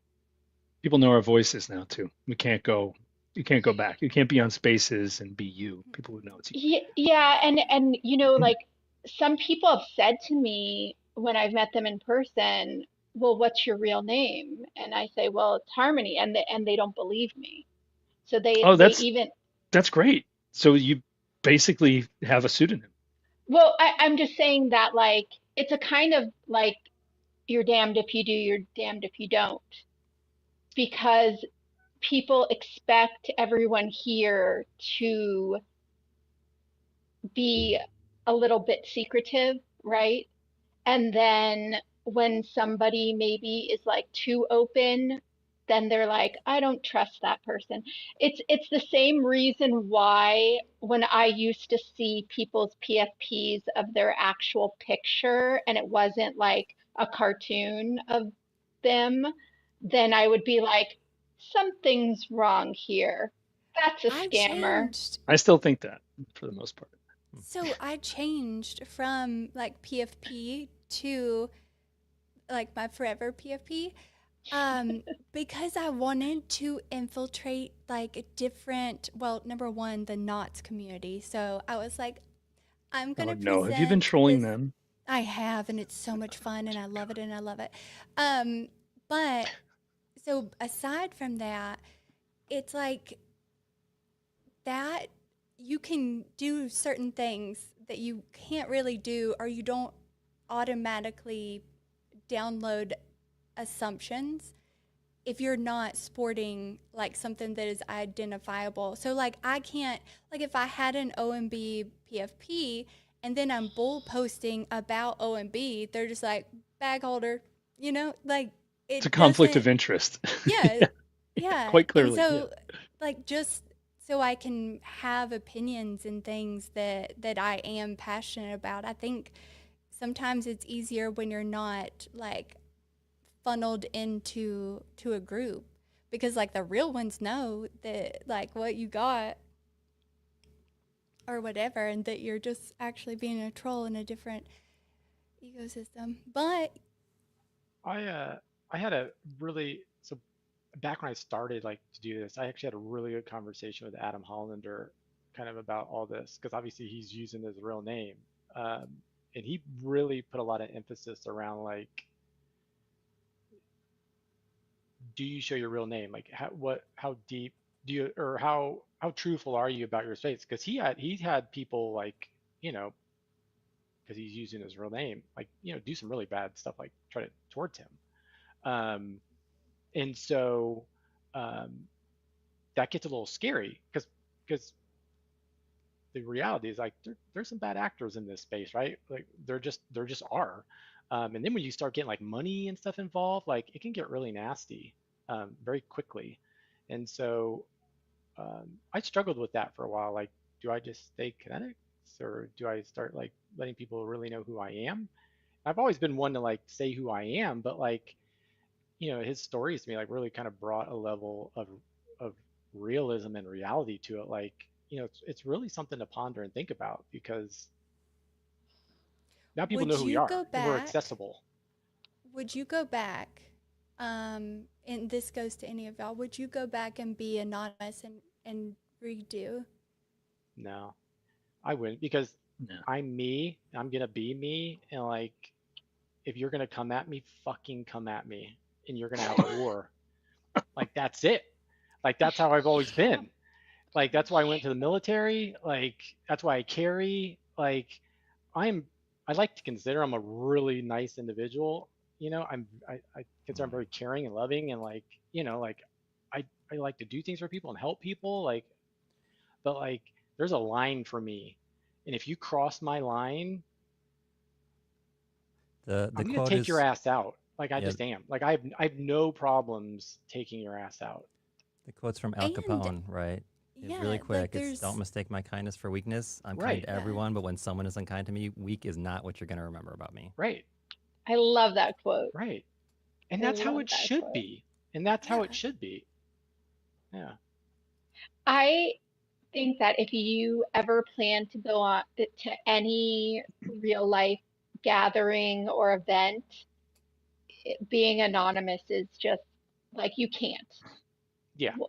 Yeah, once you've decided to go to an event, and that's actually why I decided to like totally be open with the fact that I was a woman because in my first couple years in crypto, people didn't even know I was a woman. People didn't know anything about me because I thought that if I doxed myself as a woman, then people would try to take advantage of me, which they do. True. Yeah. They do. I Well, actually started anonymous, and then I'm just changed over to Johnny because I was like, what is the point of this? Yeah. Yeah. Who am I? I'm glad you came out for women because I think women in this space, they're marginalized. I would love to see more women in crypto and NFTs, like it, and how men in general kind of treat women in this space. I think is just shit. People treat each other like shit In general, Yeah. but like, but overall. Also, and most women aren't overall. interested in. I mean, like most of the women I talk to about this stuff, they're like falling asleep if I Agree, even make but up half a sentence about but it. It's not. the ones that do, like, you know, they should have every opportunity to space, and it's different, and it's Well, unfortunate, and that pisses me off because I got a daughter, and I think like, man, if some mofo did that shit to my daughter, like, I Oh would yeah, dude. flip. If somebody says something weird to my girlfriend, I'm like a fucking attack Right. dog. And I so I then go so I berserk. extrapolate Complete. that to all Yeah, I women, get that. like treat them with respect, and like, you know, I don't know. I Yeah, do but not also help like this at all. Hmm? Mm-mm. what? Say that again? I don't help the I guess the crusade because I dish it right back. Like I'm That's You're helping it. great, but Every I feel like you're the minority. But I was gonna say something along the same lines as Witters because also my real job, like my real life business is male dominated as well. And if you're gonna walk into a men's locker room, like you can't be afraid of what you're gonna see or what you're gonna hear. like Like that's yesterday. like That's true. that, by the way, That happened that was yesterday. That was super fun. We were on a space together, and I don't even remember what we were talking about, but it was like they all not something forgot, Harmony I gave a think, that shit I about. was there, and they were all talking about like We knew. Tinder dating and We knew. like, talking Oh, about hag maxing. Hag hag maxing was the term maxing. that we learned yesterday, which I think my guess as to what it was. He didn't really spell it out. My guess as to what it was when you widen your age brackets to wider than you normally would have them, mostly on the later side, and then swipe yes to Stop. I everybody. love this If you're looking for term. old ladies, trying to go on dates with old, financially stable ladies as a Zoomer, because you don't feel like getting a job. And I was just like, I love buzz, buzz, buzz, buzz, don't mind me. I'm just listening to this. She was setting up a Bumble account while we were. I know. No, it's She's actually like, Tinder, not hold Bumble. Not on. Bumble. It's like Wait, somebody's gonna get it. what eyes do you prefer? Okay. Hag Um, maxing. yeah, so I think that there is a lot of women who are in crypto. First of all, I think they don't mind being being around the guys. I think a lot of them, now this is not 100%, I'm sure. A lot of them have thicker skin. A lot of them can push right on back. But Well, not all. But I not all. think too, if like a girl is in crypto, she is there and she has stayed there because she don't give a fuck what you guys say. You know, like she's already developed her own network. She's already like developed her own boundaries of certain things that like she's going to pursue versus not. And then like hyperfixation, like you're just not worth the time, darling. Like move on. Are you making me money? No, you're not. Get lost. So it's just like bye. Yeah. Yeah. That whole thing about showing your face. I mean, this is like with the Twitter space, I think, right? Like in the beginning, I was one of those people who's like, Stephen Morse face. That guy is AI. He is not fucking real. I was like, I got that from Nobody would let every me on corner. Spaces when I Yeah. had my face as my PFP. Everybody would like not let me Yeah, I thought it was to engage with fake. them. Yeah, I had to be a cartoon character to get trust, which is strange because now it's like my Telegram PFP, and I have normal friends who like they can't iMessage me or whatever, and they reach out on Telegram and they're like, "What's up the fucking picture?" Because it looks insane to like everyone else. Yeah. That Yeah, caught you're me. almost more accepted with the, a random PFP and some pseudonym and being completely fake. When Because everyone's then like, you're on the inside. Like this is the yeah, joke around here is that we all use PFPs and we're all anonymous. And if you're trying to look like a person, you're probably trying to scam someone. But the joke Yeah. everywhere else is like if you don't look like you, we can't take you seriously because who are you? That's culture. Like that Strange. is what culture is in like where we're operating is like we defined a set of rules that were like the antithesis of the norm. So Well, that's also why I stopped wanting to really have a PFP of a specific project.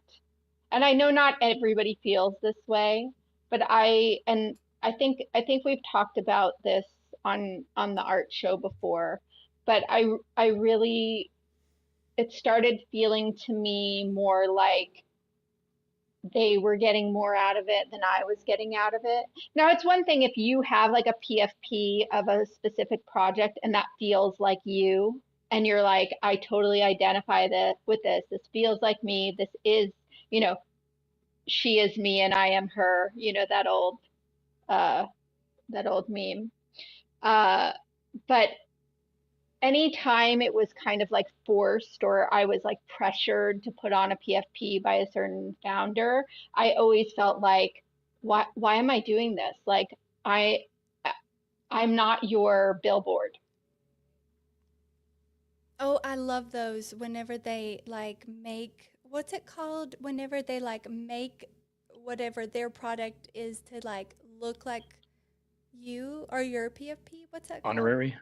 An honorary. Yeah. When they make the I send it honoraries to you in and DMs and you're like, I'm not wearing this. I'm not gonna be Well, there. I got an This honorary. is cute Do though. that. Thank you like- so much. I like my honorary. It looks like me, which nobody Oh, cares that's Well, about. cute. then wear it.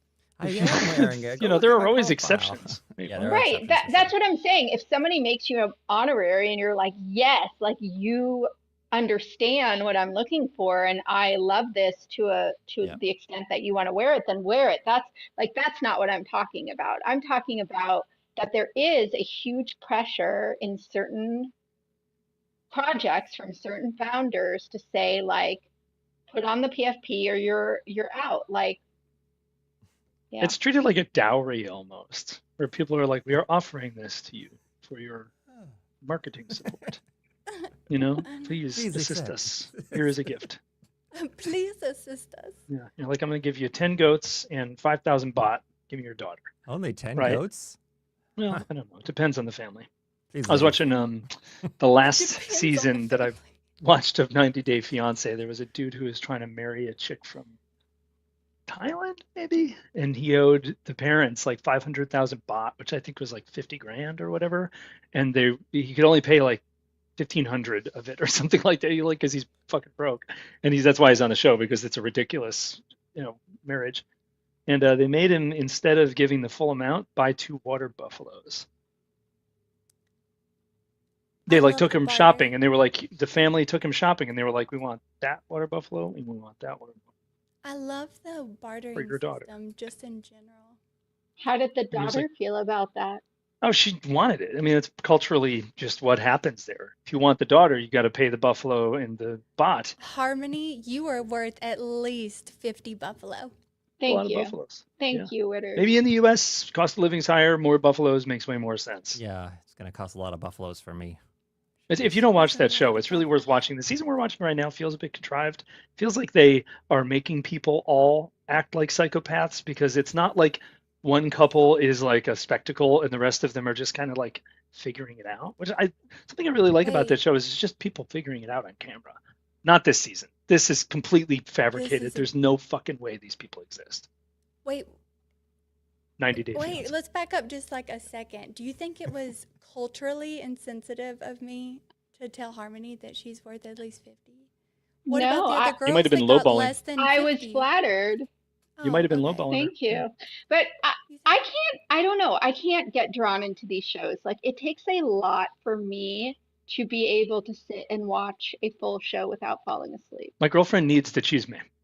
She needs to have some drama to look at. She likes to watch other people have drama. It's her way of figuring out how human beings act and how they respond in situations, because she doesn't understand a lot of the implied social context that we have, because she's, on the spectrum. So she adheres to these like extremely logical, literal rule sets. So watching these shows where people just have misunderstandings for an hour per episode is just her digesting information about what people do, so that she knows what to do next time she's in a situation like that, because she finds it's really ostracizing. I've found this too in my life, to just not really get it when someone's like, I don't know, you know how there's situations we get into where it's like it's implied that something is supposed to happen and maybe you're supposed to do it, maybe they are, but everybody knows it and nobody says it. Yeah. Like normal people know this stuff. I've learned this stuff over the years. She just hasn't had a lot of experiences where this has become normal for her. So the chisme, or the gossip on TV, really helpful for That- founding. Can you give me an I never example? thought of it like that. But I Um, don't like watching that kind of stuff. like when I you don't go out watch to TV. dinner with 4 people and it's mom, dad, and brother and like his girlfriend or something like that, and then like if it's X, Y, or Z event, the brother's supposed to pay. If it's A, B, or C event, the dad's supposed to pay. And the brother is rude if he shows up and he's autistic and doesn't know that he's supposed to do this thing. Or like, for example, music is playing at the restaurant and he gets up and dances. Like, you're not supposed to fucking do that. But why is music on if you can't dance next to your table? Like, it's crazy. There's just a lot of weird rules that Ingrid, that was actually an example she used when she was a kid, and not like a young kid, like a older kid. She, I think, used to just get up and dance at restaurants when the music was on. And it's something that's just in her. She can't help but do it. And her parents are hippies, and they never told her not to do that. So now, like, she went into Why like would you tell a adulthood. child not to? because you're supposed to dance? teach, but not you're supposed to, but like some people think you're supposed to teach your kids what the implied rules are in given surroundings so that they fit in. And her parents didn't do that to her, and she views that as like good and nice and thoughtful, and like, her world is open now. She can make decisions. but she doesn't know the implied rules. So when she's not with her parents, people look at her funny. So she has to like But learn if these she's things. if she's hot, she can dance wherever she Yeah, wants. dude, we go to the movies Exactly. and like any song comes on and she's like Yeah, Yeah. bouncing Nobody- on her but I'm knees or saying- moving. After it. those Yeah. rules Nobody's don't gonna apply tell to me her. And yeah, not she's to hot. dance. She can do whatever she wants. It's true. Yeah, She's good looking. it doesn't apply. But she actually doesn't use that at all because she doesn't want it. She walking down the street here, she gets catcalled all the time and honked at, and it just makes her want to hide inside. So like, Yeah. she's not inclined to use her cute charm for evil or good. That is even. so cute. I love that. I use my cute charm to be manipulative. Yeah, So Yeah, I it's think you very do. nice that she you do enough for the two of you. I do enough for the two of us. Yeah. I don't know how we got on that topic, but I think I was trying to make a point. I forgot. The No, I topic. like So sorry that. if I. Well, now I kind of want to steal your girlfriend. Like she Yeah. sounds Who are like you my messaging, soulmate. Steven? I don't feel blame like you. Steven's No, having a just- whole conversation with someone. I got a lot going on here. But no, I'm here. And that's also like I think a cultural thing too. Like the whole like hearing music and wanting to dance and it just affecting you like that. So certain Maybe. cultures definitely gotta move. They gotta move and they dance. Yeah, better she's than- got it way more than I got it. That's for sure. Life is too short not to dance. Dance when you want to Very dance. true. Yeah, definitely. I don't like shame her for it. I'm not telling her not to Go dance at the jump restaurant, in just the to be creek clear. naked if you want Yeah. to. Like Jump in the Who- creek. who's gonna stop? Like Do you it. really gonna try to stop? Like nobody's gonna. I think of that song. Nobody would stop a woman. People would stop me. I would go to jail. Yeah, Are you sure? very true. Yep. Why? Well, it was not a creek, Wiener. but I was. Yeah, people don't like wieners. Mm-mm. Some people do. I think Some it's people the like it. opposite. I think they like them too much. They have to cover them up. Right. Oh, like the people who own them or the people who are observing? All of it. All of the above. All of People them. who Now, own I them do- love them for sure. Do they? There's Some of them a wanna get rid of them. hierarchy Sorry. for sure. I've drawn them all. They're all I unique. don't know about them, but we love our own. Not everybody Yeah, does. like if This you were is- cut off I don't from love that. I don't love all wieners, but I love my wiener. This is crazy. Yeah, it's, This is a it's crazy unique. It's conversation. unique. Like your personality, which is where your art comes from. It comes from your. I have a fun What? fact. Yeah, go I on. have a fun fact. The vein pattern on every member of the male anatomy is more identifiable to you than a fingerprint. Huh. Huh. I You? didn't know that. Like who? Are The you sure? person who owns that. The person who owns Who it. owns it or the one who? Okay. So wait. Who what? stamped it in ink? Yeah, you gotta. Don't worry. You can now send your dicks to my house. I will stamp Can I them use in the that at, database. TSA free. pre-check or clear? Do you Yeah, think for boarding a sure. plane? I don't think they're that No. advanced yet. Like the like you can mold your thing, so then you're like fucking by proxy. So Is like Kinetics picking up his daughter again? oh shit no. Yeah, but she's not in the car yet. So Also, good. I would she be didn't like- care last time either. I think. Yeah, but we Okay. definitely Yeah. went pretty She far. was like left. over there falling asleep on the window. She's like, "Oh, you're doing another one of these." Yeah. Okay. You would not fall asleep in this conversation, especially where we're at now, talking about vein patterns and. So But I anyway, actually let's have to get- like walk up into the school this time, so Oh. I don't know how I'm gonna do that. Put it on really loud so everyone can hear us talking. They're having a November fest at she goes to a private school, and so they have like a November fest where it's like a huge money raiser. So like because of that, they do indoor dismissal this week. So I gotta like go into her class. I like that safety November. feature. Mute the It's like phone. Yeah, November. that you could walk off with anybody that was setting up for something like that, and I like that. That's a good feature. yeah, they do a really good job. Huh. Interesting. Huh. I don't know where we go from here. I mean, we got distracted with unique membership. I know. I'm gonna so- cut. I'm gonna cut my hair off today. What do you guys Whoa, think what do you? about You gonna shave your love head? it. No, not shave. Just cut like a good amount. Should I cut? I'm gonna follow. I'm gonna copy. I'm gonna cut to like right here. Like Look how maybe like that. strange that would be. Well, you're gonna go high, huh? Are you really gonna do Yeah. that, Witters? I think so. Yeah, I think I I need think to.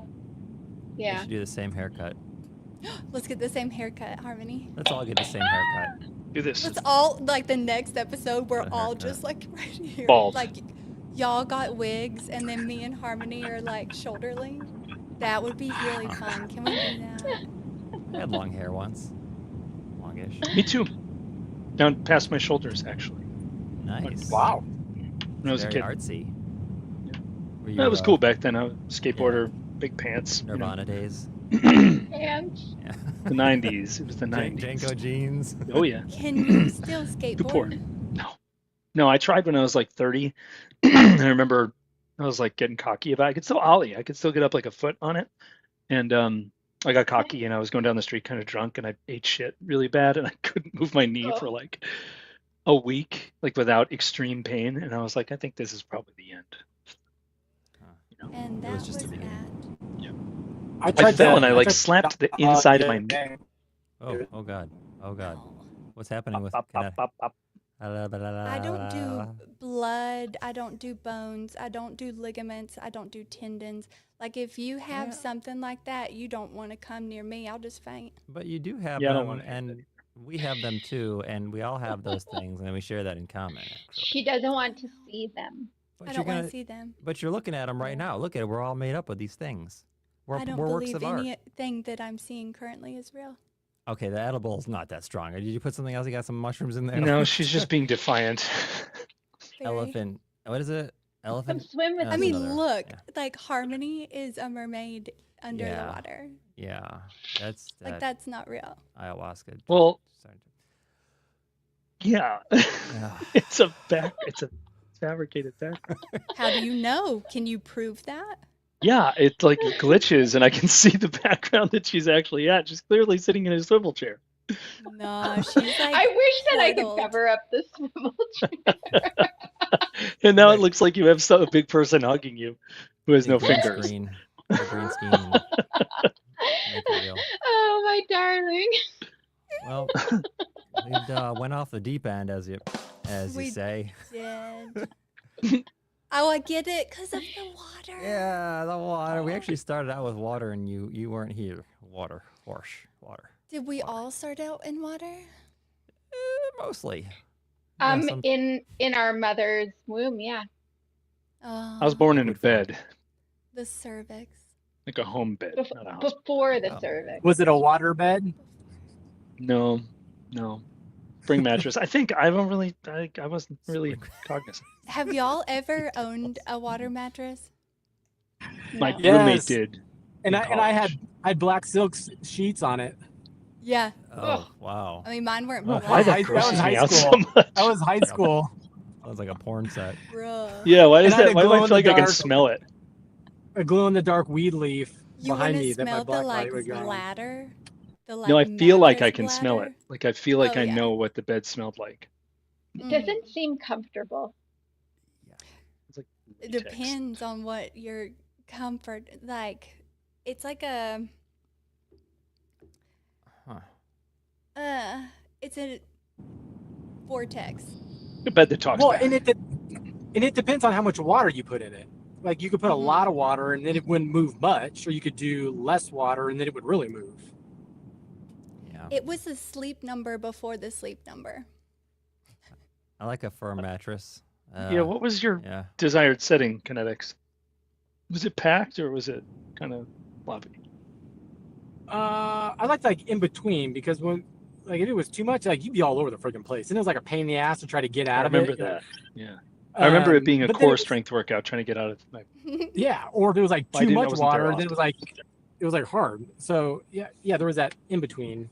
That's though like not how sleeping in water feels. It sounds like a pain in the ass to do this adjustment versus a sleep number. What's your Also, number? Having like 1,000 Get the pound water. bed just sounds like. Do they fall through floors often? It just There doesn't feel had like. to have been. I'm sure. Yeah. Like what a mess. somebody definitely was like filling it up, and like the rafters were bending down or some shit. I don't know. You know what's crazy too? My bed, like we put it together, and it was like freaking MDF, and that was the frame on the bottom, and there's like these just metal corner pieces. You put the two pieces of MDF together, and on one side, one MDF was like painted black, so it looked cool. but that's it. It was like this whole waterbed thing was like sitting on MDF that was sideways. What Like- is MDF? I'm asking this for It- everybody. It's like that wood. It's like the pressed pieces of wood that are together. So it's not like plywood. Oh, Plywood's yeah, like stronger. compression MDF board. Yeah. Yes, it's like all the little. It's the board where like all the little pieces are pressed together. Yeah, it's like sawdust glued together into a board, right? Kind of, yeah. And but Chips. but that was the shit. So all the water was like sitting on the sides of those. I'm thinking like, oh, and then in the middle there'd be two MDF things you like made in an X. I'm thinking like this shit can't be safe, but it never broke. Never broke. And I was on the second floor. Yeah. Yikes. Ugh, that water's got to be gross if that thing pops. I actually knew someone who had their waterbed pop, and I don't think it was good. I don't think it turned out very well. Well, you had to pour stuff in it. How long have we dedicated a segment to waterbeds? Well, we started You out have with to water. put these up at the top, Steven. Like on YouTube, you have to be like waterbeds. yeah, you're right. Just like Yeah. a little caption, and people are like, "What the fuck did they talk about What was waterbeds discussed for in this so long?" episode? Well, Yeah.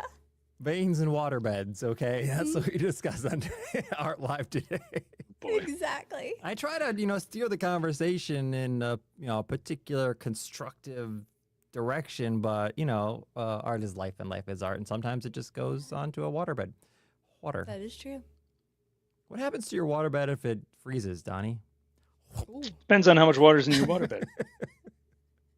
Does it explode? 'Cause It would of- pop the sack, probably. What's it in? Bag? Yeah, it's like a Bladder? latex or It something. would bladder, I would think, Bladder. but like it would Bladder. expand, but would it expand by that much? If it was, If- if it it was was full, rubber- This could be like an art exhibition, by the way. Oh yeah, it's like those Let's do posts. it. Those Let's posts do I it see in on Iceland. Cubity. You know that I Instagram love account? Iceland. Oh. Yeah, let's All do right. this in Iceland. so if That's the what bed we're is doing. full, completely full, you can't get more water in there without pressurizing it. And you have to freeze the water, thereby freezing the bladder. The bladder doesn't retain being stretchy. I bet it would snap the bladder. That's my bet. Let's do it. Let's do it. And Let's run I'll a sim- dress up as a sim. mermaid, and I'll just sit there while I'll just like Can You're gonna we get have really a cold. control? Can we have a control of like a certain type of rubber, and then like another and that's the art form was the experimental type of rubber? 100%. I think that this is gonna work. We're gonna We're- make it out of mushrooms. Where science, art, and Beds, meat. and I mean, there's people doing all sorts of weird stuff in museums and institutions, like buckets of sand and then knocking it over, or like jumping with like a thing and scribbling on the wall. Like, I mean, they're doing all sorts of weird performance art. I mean, maybe I shouldn't say weird but interesting, unique. No, What's wait, the we have it definition in of a unique? mattress firm Good question. in like, I don't know, some just like crazy off the wall. Ooh, we can get like, sponsorship.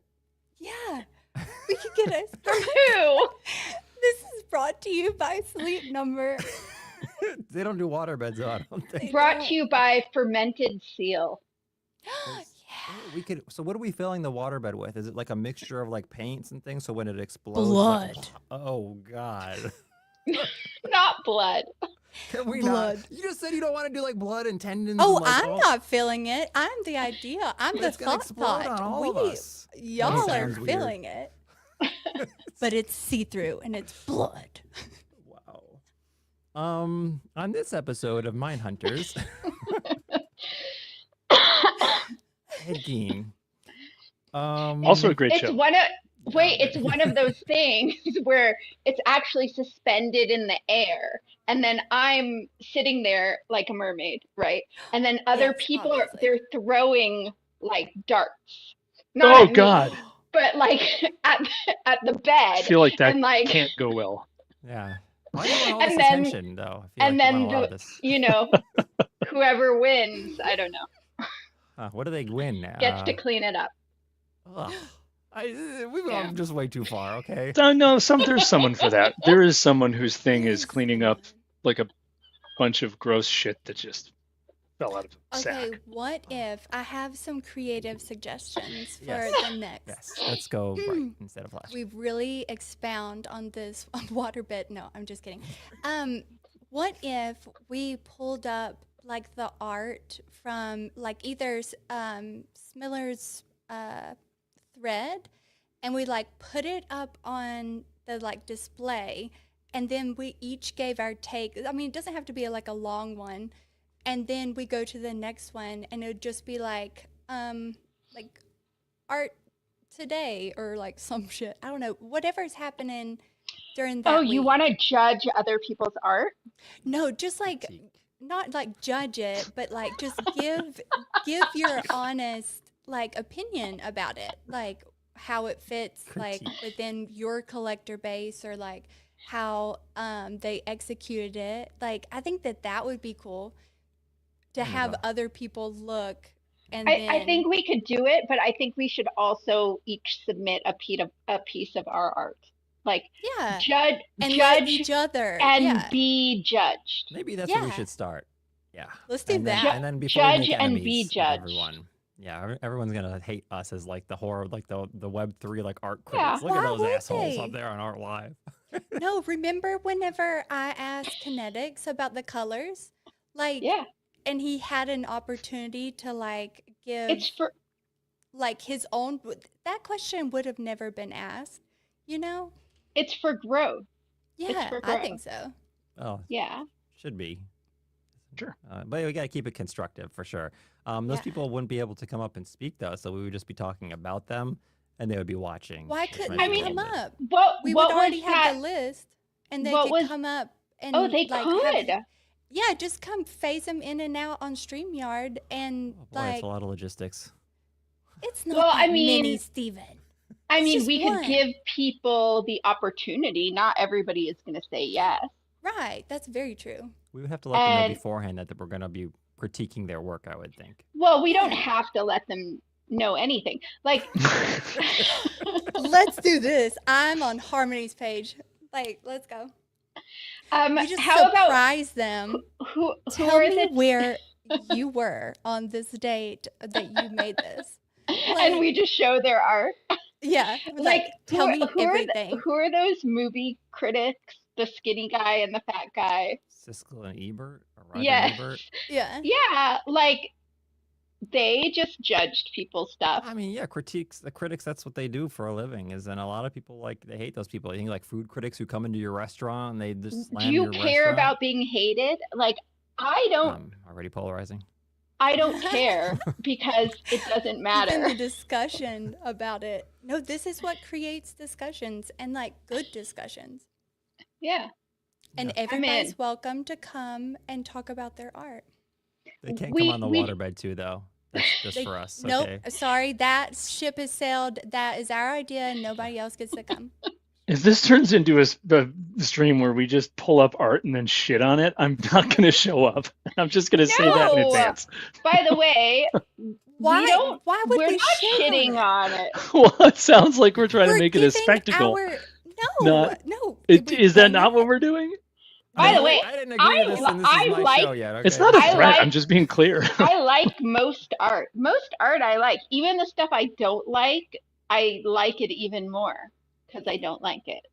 I can break it down to like what period or like what different like aspect of art like their piece like even shows or comes in proximity to, and like I think that would be super helpful for everybody, Yeah. like every artist. I for one am looking forward to Witter shitting on my work. Hopefully not literally, but kinetics. Yeah, go ahead with your yeah. I was just gonna say, yeah, I don't think we should be doing this to anybody's art unless they're on board. Yeah, exactly. You just send them Yeah, a as little long as- DM and be like, As long "Hey, as they're on board do you want?" and it's yeah. done in the right way, then yeah. Steven, you already do that with us anyway. So I you do? would just yes, you're always like, "Are you down for art on X and X day?" You just add artists to that like Oh, I long see. list of DMs you got to make. I thought you meant about shitting on people's art. I was like, oh. What? No. Donnie, what are your thoughts on this? Because I don't like it. Yeah.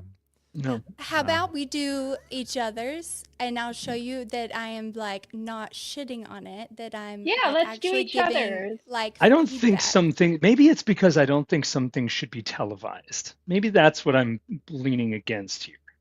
That like, if I want to be critiqued by 5 people, I'm just going to call them. Send them the shit, get on the phone with them. I want to do it on a fucking stream. Not even because I don't want, like, it's just for the same reason that I don't post my breakfast on Twitter. It's not like I'm embarrassed of it. I just like, I fucking So- care what people have to say about it, you know? Okay, you don't have to do it, Donnie.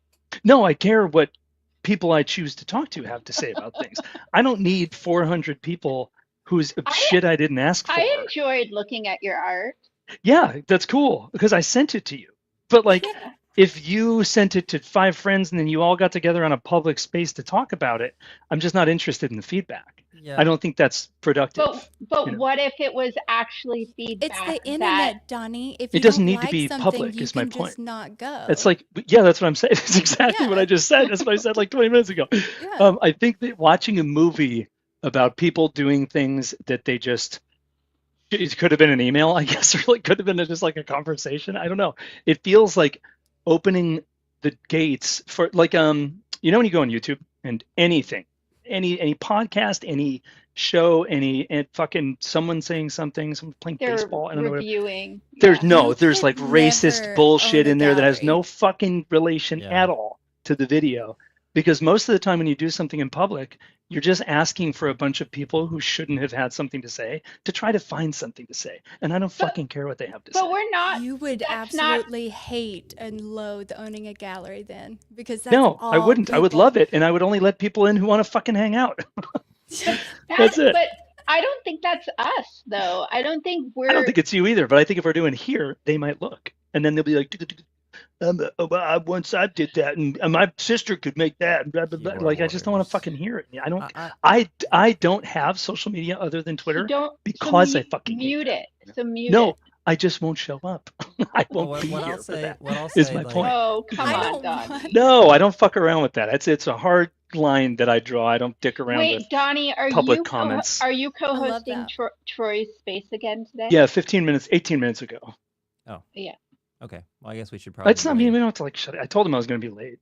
Shut her down. I needed to make the point that Stephen could see my face. I don't like that idea. You can do it. I don't care if you do. No, it. I I'm don't- just saying I don't want to do that. I don't want to be here. I'm not a huge fan of the idea only because like in my experience and like my educational experience, like the critique is like kind of a sacred thing, and sharing within like a group of people, it has to. I don't know that I want that broadcast either, and I wouldn't want to be the one like openly critiquing people either, if they're not So like. you're like, you would never like, when you are, let's say you're at a museum, right, and you're standing in front of a piece, like you would never like say aloud what you feel like within that, like seeing that. Yeah, but who am I speaking to? I'm speaking directly to a friend next to me or to the gallerist. It could or, be to anybody. Right, That's but what I'm saying. Right. I mean, that I mean, like, yeah. I mean, I guess don't could get say it. maybe I what don't get think. why y'all are like. Well, because I think like what it is like this is broadcast, right? And this is broadcast to whoever can see it, and it's gonna be But- saved, and people can go back to it, and then they can Who- keyboard. It's not that I warrior. wouldn't share my ideas with someone So who asked why for are you them. putting art on Bitcoin? It's Like, not that. No, here because there's no Everyone can comment see section it. on Big. I don't give a shit. It doesn't matter. I don't care if people can't see it. I'm not trying to hide it. My no, point the is that whatever the comments. You're people worried stand. about comments? I'm not worried about anything. I don't give a fuck about them, so I'm not going to show up for them. I That's mean, my there point. is like If on, I'm- on or.io, you can comment. Have you ever heard on something worth Yeah, listening to exactly. from the guy next to you at a fucking museum? Have you? Yeah. Yeah, I've it not. tickles It's me. never Yeah. happened to me. It's never I've happened to me actually, before I've in a actually public space. gotten into conversations with people. Me at too. I've museums. been in conversations, but I've Yeah. never just been walking around and heard something absolutely stunningly brilliant and critical. Usually No, don't no, find like it. but analytical like you've come never out of someone's head. gotten It's into a mostly conversation with. entertainment value. I have gotten into a conversation with No, strangers about like things like that. Yeah. because you heard them say something about a specific piece that you were both looking at. You've never gotten into a conversation. Maybe like a couple of times, but again, not in a broadcast fashion. I think that's where Not the like- differentiation So is. Yeah, wild. it's a different when you're like in a personal setting. The same thing with like a critique in a university or a critique in an educational setting. It's like you're in that environment, and when it's like to everybody, whoever in the world, and just wants to tune in and comment and shit like that, I think is a very different thing. I agree. And, You can still do it. I'm not telling you Yeah. not to do it. I don't care. no, I'm just saying like to agree to disagree. Like Totally. like I don't get it, y'all get it, and we don't have. I would to have issues. I would have issues. I wouldn't probably say much if we did it, just because who the hell am I? And I don't know. And Exactly. my You're other just concern viewing is the art. my other concern is like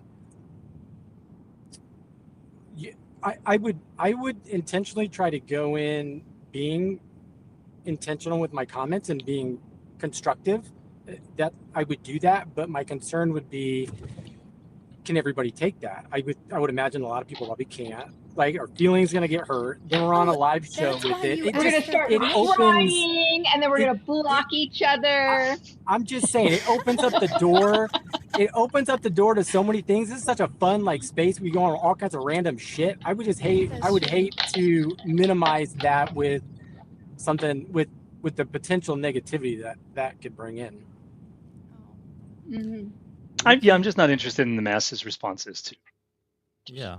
Well, it. I just don't care. I I agree. want to We have can- private conversations about that stuff. I don't care. And it's not out of People fear. Comment now? Huh? Do people comment now? Like what we're talking about? Yeah, but then they're not really paying attention.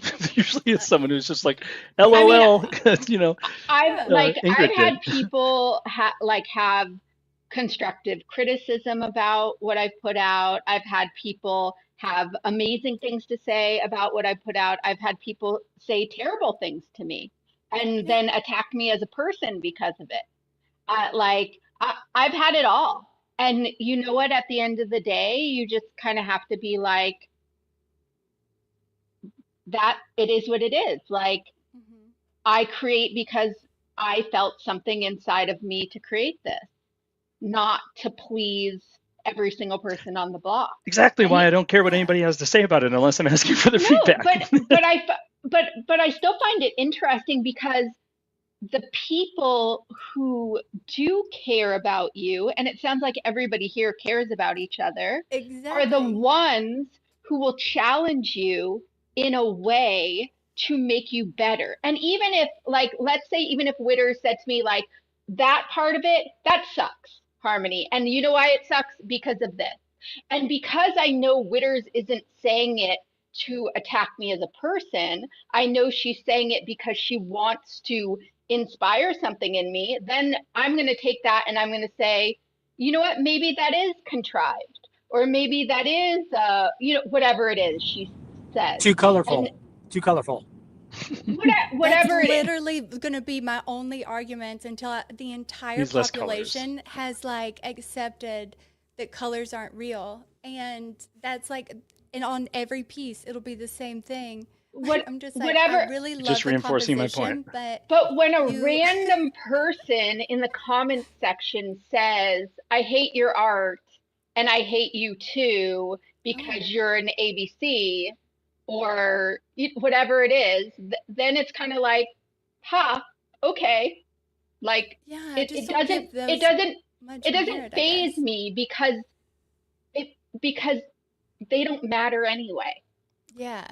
Yeah, it doesn't phase me either. I just don't want to Yeah. egg them on. I don't care. I But just like I don't but give a it's shit. I not don't care to It's not broadcast. about anything. egg.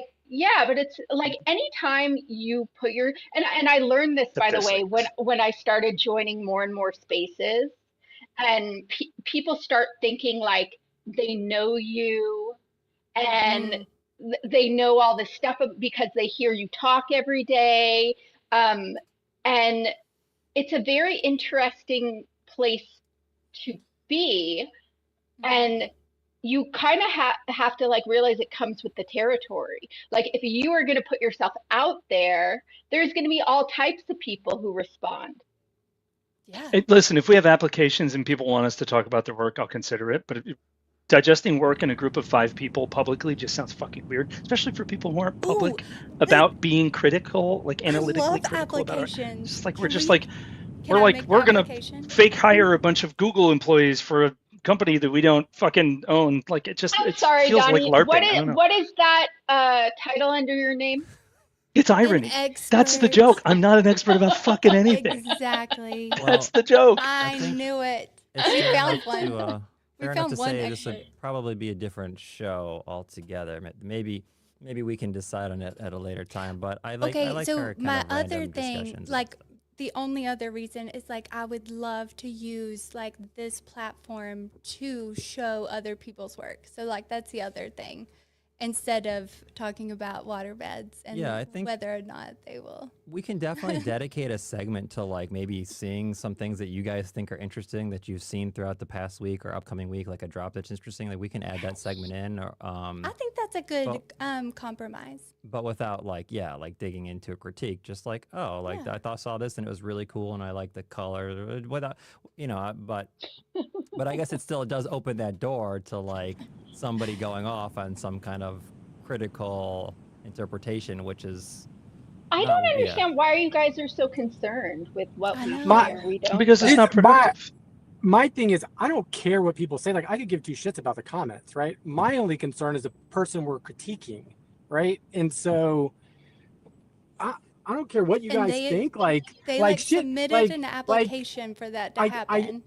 I understand that, but the reality is, like, when people are putting all of themselves into something, right? To be critiqued is hard, and when it's not positive feedback, it is hard, Why and it would kind of it be hurts. positive? It's because not everything is going to be positive. If you're critiquing and you're not providing both sides of that, are you really critiquing, or are you just like pumping somebody up? Do you think that every person on a sports team should get a trophy? No, No.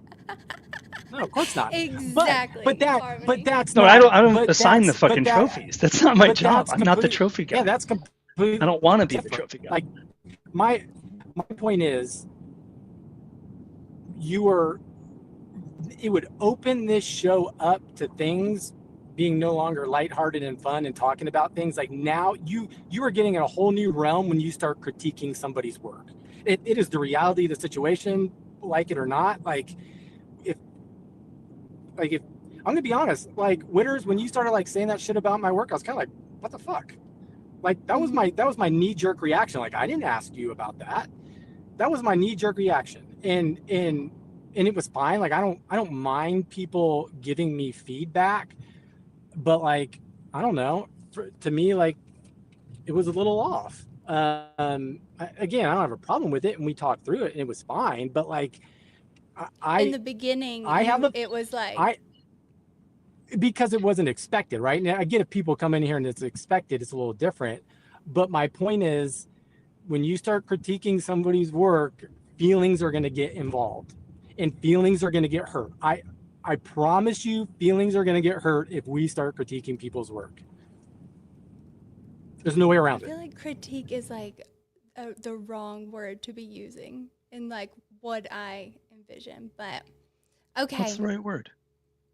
I don't know. Highlight? Just like highlight. Yeah, have it highlight. artists. Isn't that and what like color say commentary is? What you and- like about picture.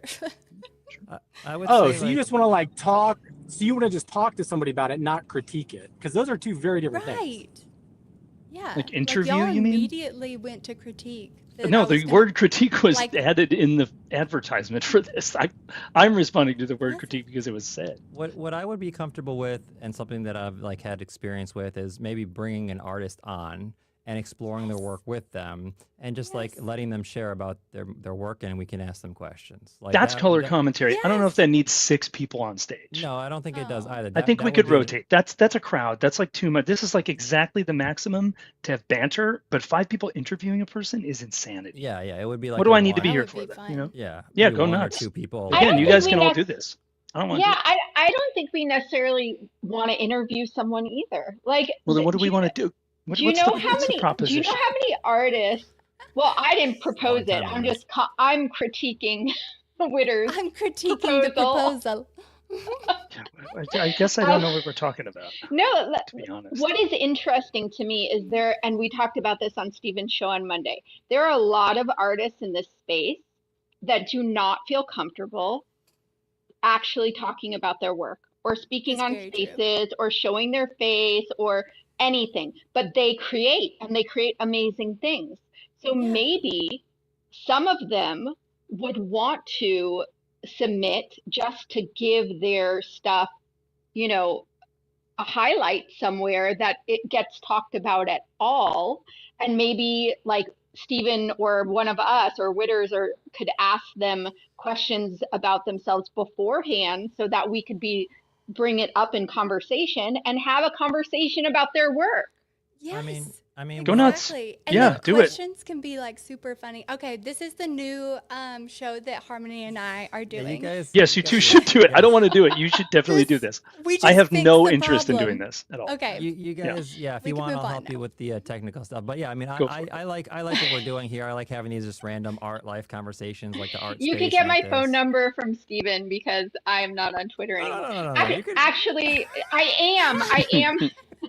am kind of on Twitter. You need to have an encrypted Pre-existing DM. message. Yeah. Huh. No, I We think have. Oh, you yeah, can do we have names? a message, but it's not encrypted. So if you invite Oh, me, that's true. Yeah. if you invite me to an encrypted chat from our DM, then Are I you think we in can. OM Bitches? No, I'll just invite you there. I don't think. I think a lot of people would be upset about. No. So, what do you guys think for today? We really ended up on this hard, like, I like when people try to tell me what to do. God damn it, you're not telling me what to do. No. Am I fucking around? Not really. Don't tell me what to do. God damn it. Wow. We just, like, you just said all of your brain thoughts out loud to us. Oh God, did that That's just... what you just said. Oh, no, I do. I do what I want. Like, and when somebody, if they think I can't do it, I just end up doing it myself anyway. So, fun. yeah, self-starter, independent. But these conversations are like this is fun. I appreciate these conversations and just like having fun and talking about art and life and all that stuff. And that would take it like in a different direction altogether. And there are other spaces that kind of already like explore that. And if I was going to interview an artist, like to Donnie's point, it would probably just be me and maybe someone else, like a co-host, like interviewing an artist. And I don't know. I'm not really interested in doing that either. Like, it just, I'd rather maybe listen to an artist and someone else do the interviewing. And maybe I can do my off the wall kind of hosting or co-hosting or whatever. Yeah. And just being my crazy self. So, which is I like fun. that. And I like these little roundtable discussions we have here about life and know. art in our life. So, I but- enjoy this series. This is fun. yeah. When I mean, I'm we're on gonna- time. yeah, The well, time isn't when- real, so. Yeah, you were definitely a little bit still late, which time was real in that case. So, but this was a good one, and I think we'll continue doing this the same kind of open, random. I'll have a topic, and we'll kind of go through it, and just have fun with it every Wednesday at 1 p.m. EST, and maybe Witters will be on time for once. Maybe. Not Maybe. really sure. So, but what do you guys think for today? Do you think we crushed it? I think so. I think we went a little off the rails, but I think we usually go a little off the rails. So, Mhm. fuck it. Yeah. I There- want to see in the YouTube, Stephen, like waterbed. Yeah, that would actually require me going back and doing work and actually like categorizing stuff, and I need an assistant Oh. for that. Yeah. Yeah, get an assistant. Okay. Send me You some can do it. funds. You can just like get Claude to make you a little bot. I Yeah. swear. I mean, you can like. I actually did play with that with what's that bot? Not Claude, but I was playing with like transcribing like the art spaces every Monday and getting like a little write up. I probably would have had to start that from the beginning, or maybe I can just pick up where we're at. But there's God, what's the name of that AI software? Otter AI, I think it is. OTTOR. Otter. That is Otter. my most favorite animal in the entire world. They're cute.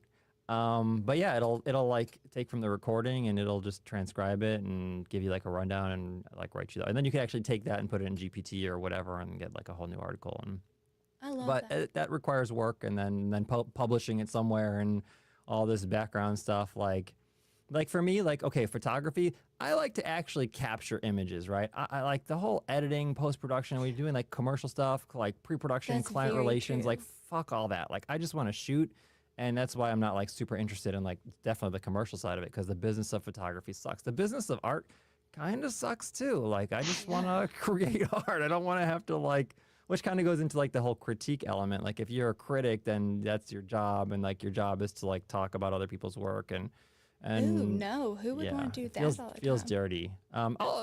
We can critique some movies. I mean, I saw Frankenstein. That was pretty good. Did you? Good. The new one? Yeah, long. Thought about it. It seemed a little like over the top, but people keep saying it's really rad. It and was it's a the best little thing I've bit seen. in a Guillermo del Toro kind of way, and it was Right. like 2.5 hours. But you know, I can dig visually, that though. the story, it was like, you know, compelling at the end. Drew some emotion, and it was well done. It was well Sometimes done. 2.5 hours is enough. We Like, can I saw- critique books.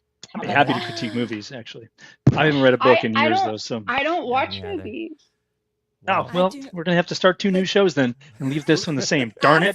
Movies. Oh, and what a Dang it. bummer. 5 Or new TV shows And coming. then this is how they got rid of all the women. Oh wow. Yeah, you on two that go do note, this over here. This. So Yes. I think this is a good place to maybe wrap it up, and then we can go back. Yes, always remember to wrap it up. Yeah. Wow. Veins. For sure. Veins and waterbeds, people, and art and life, Weird. and wow, and no critiques. Just make art and not really. Yeah. Don't give a fuck.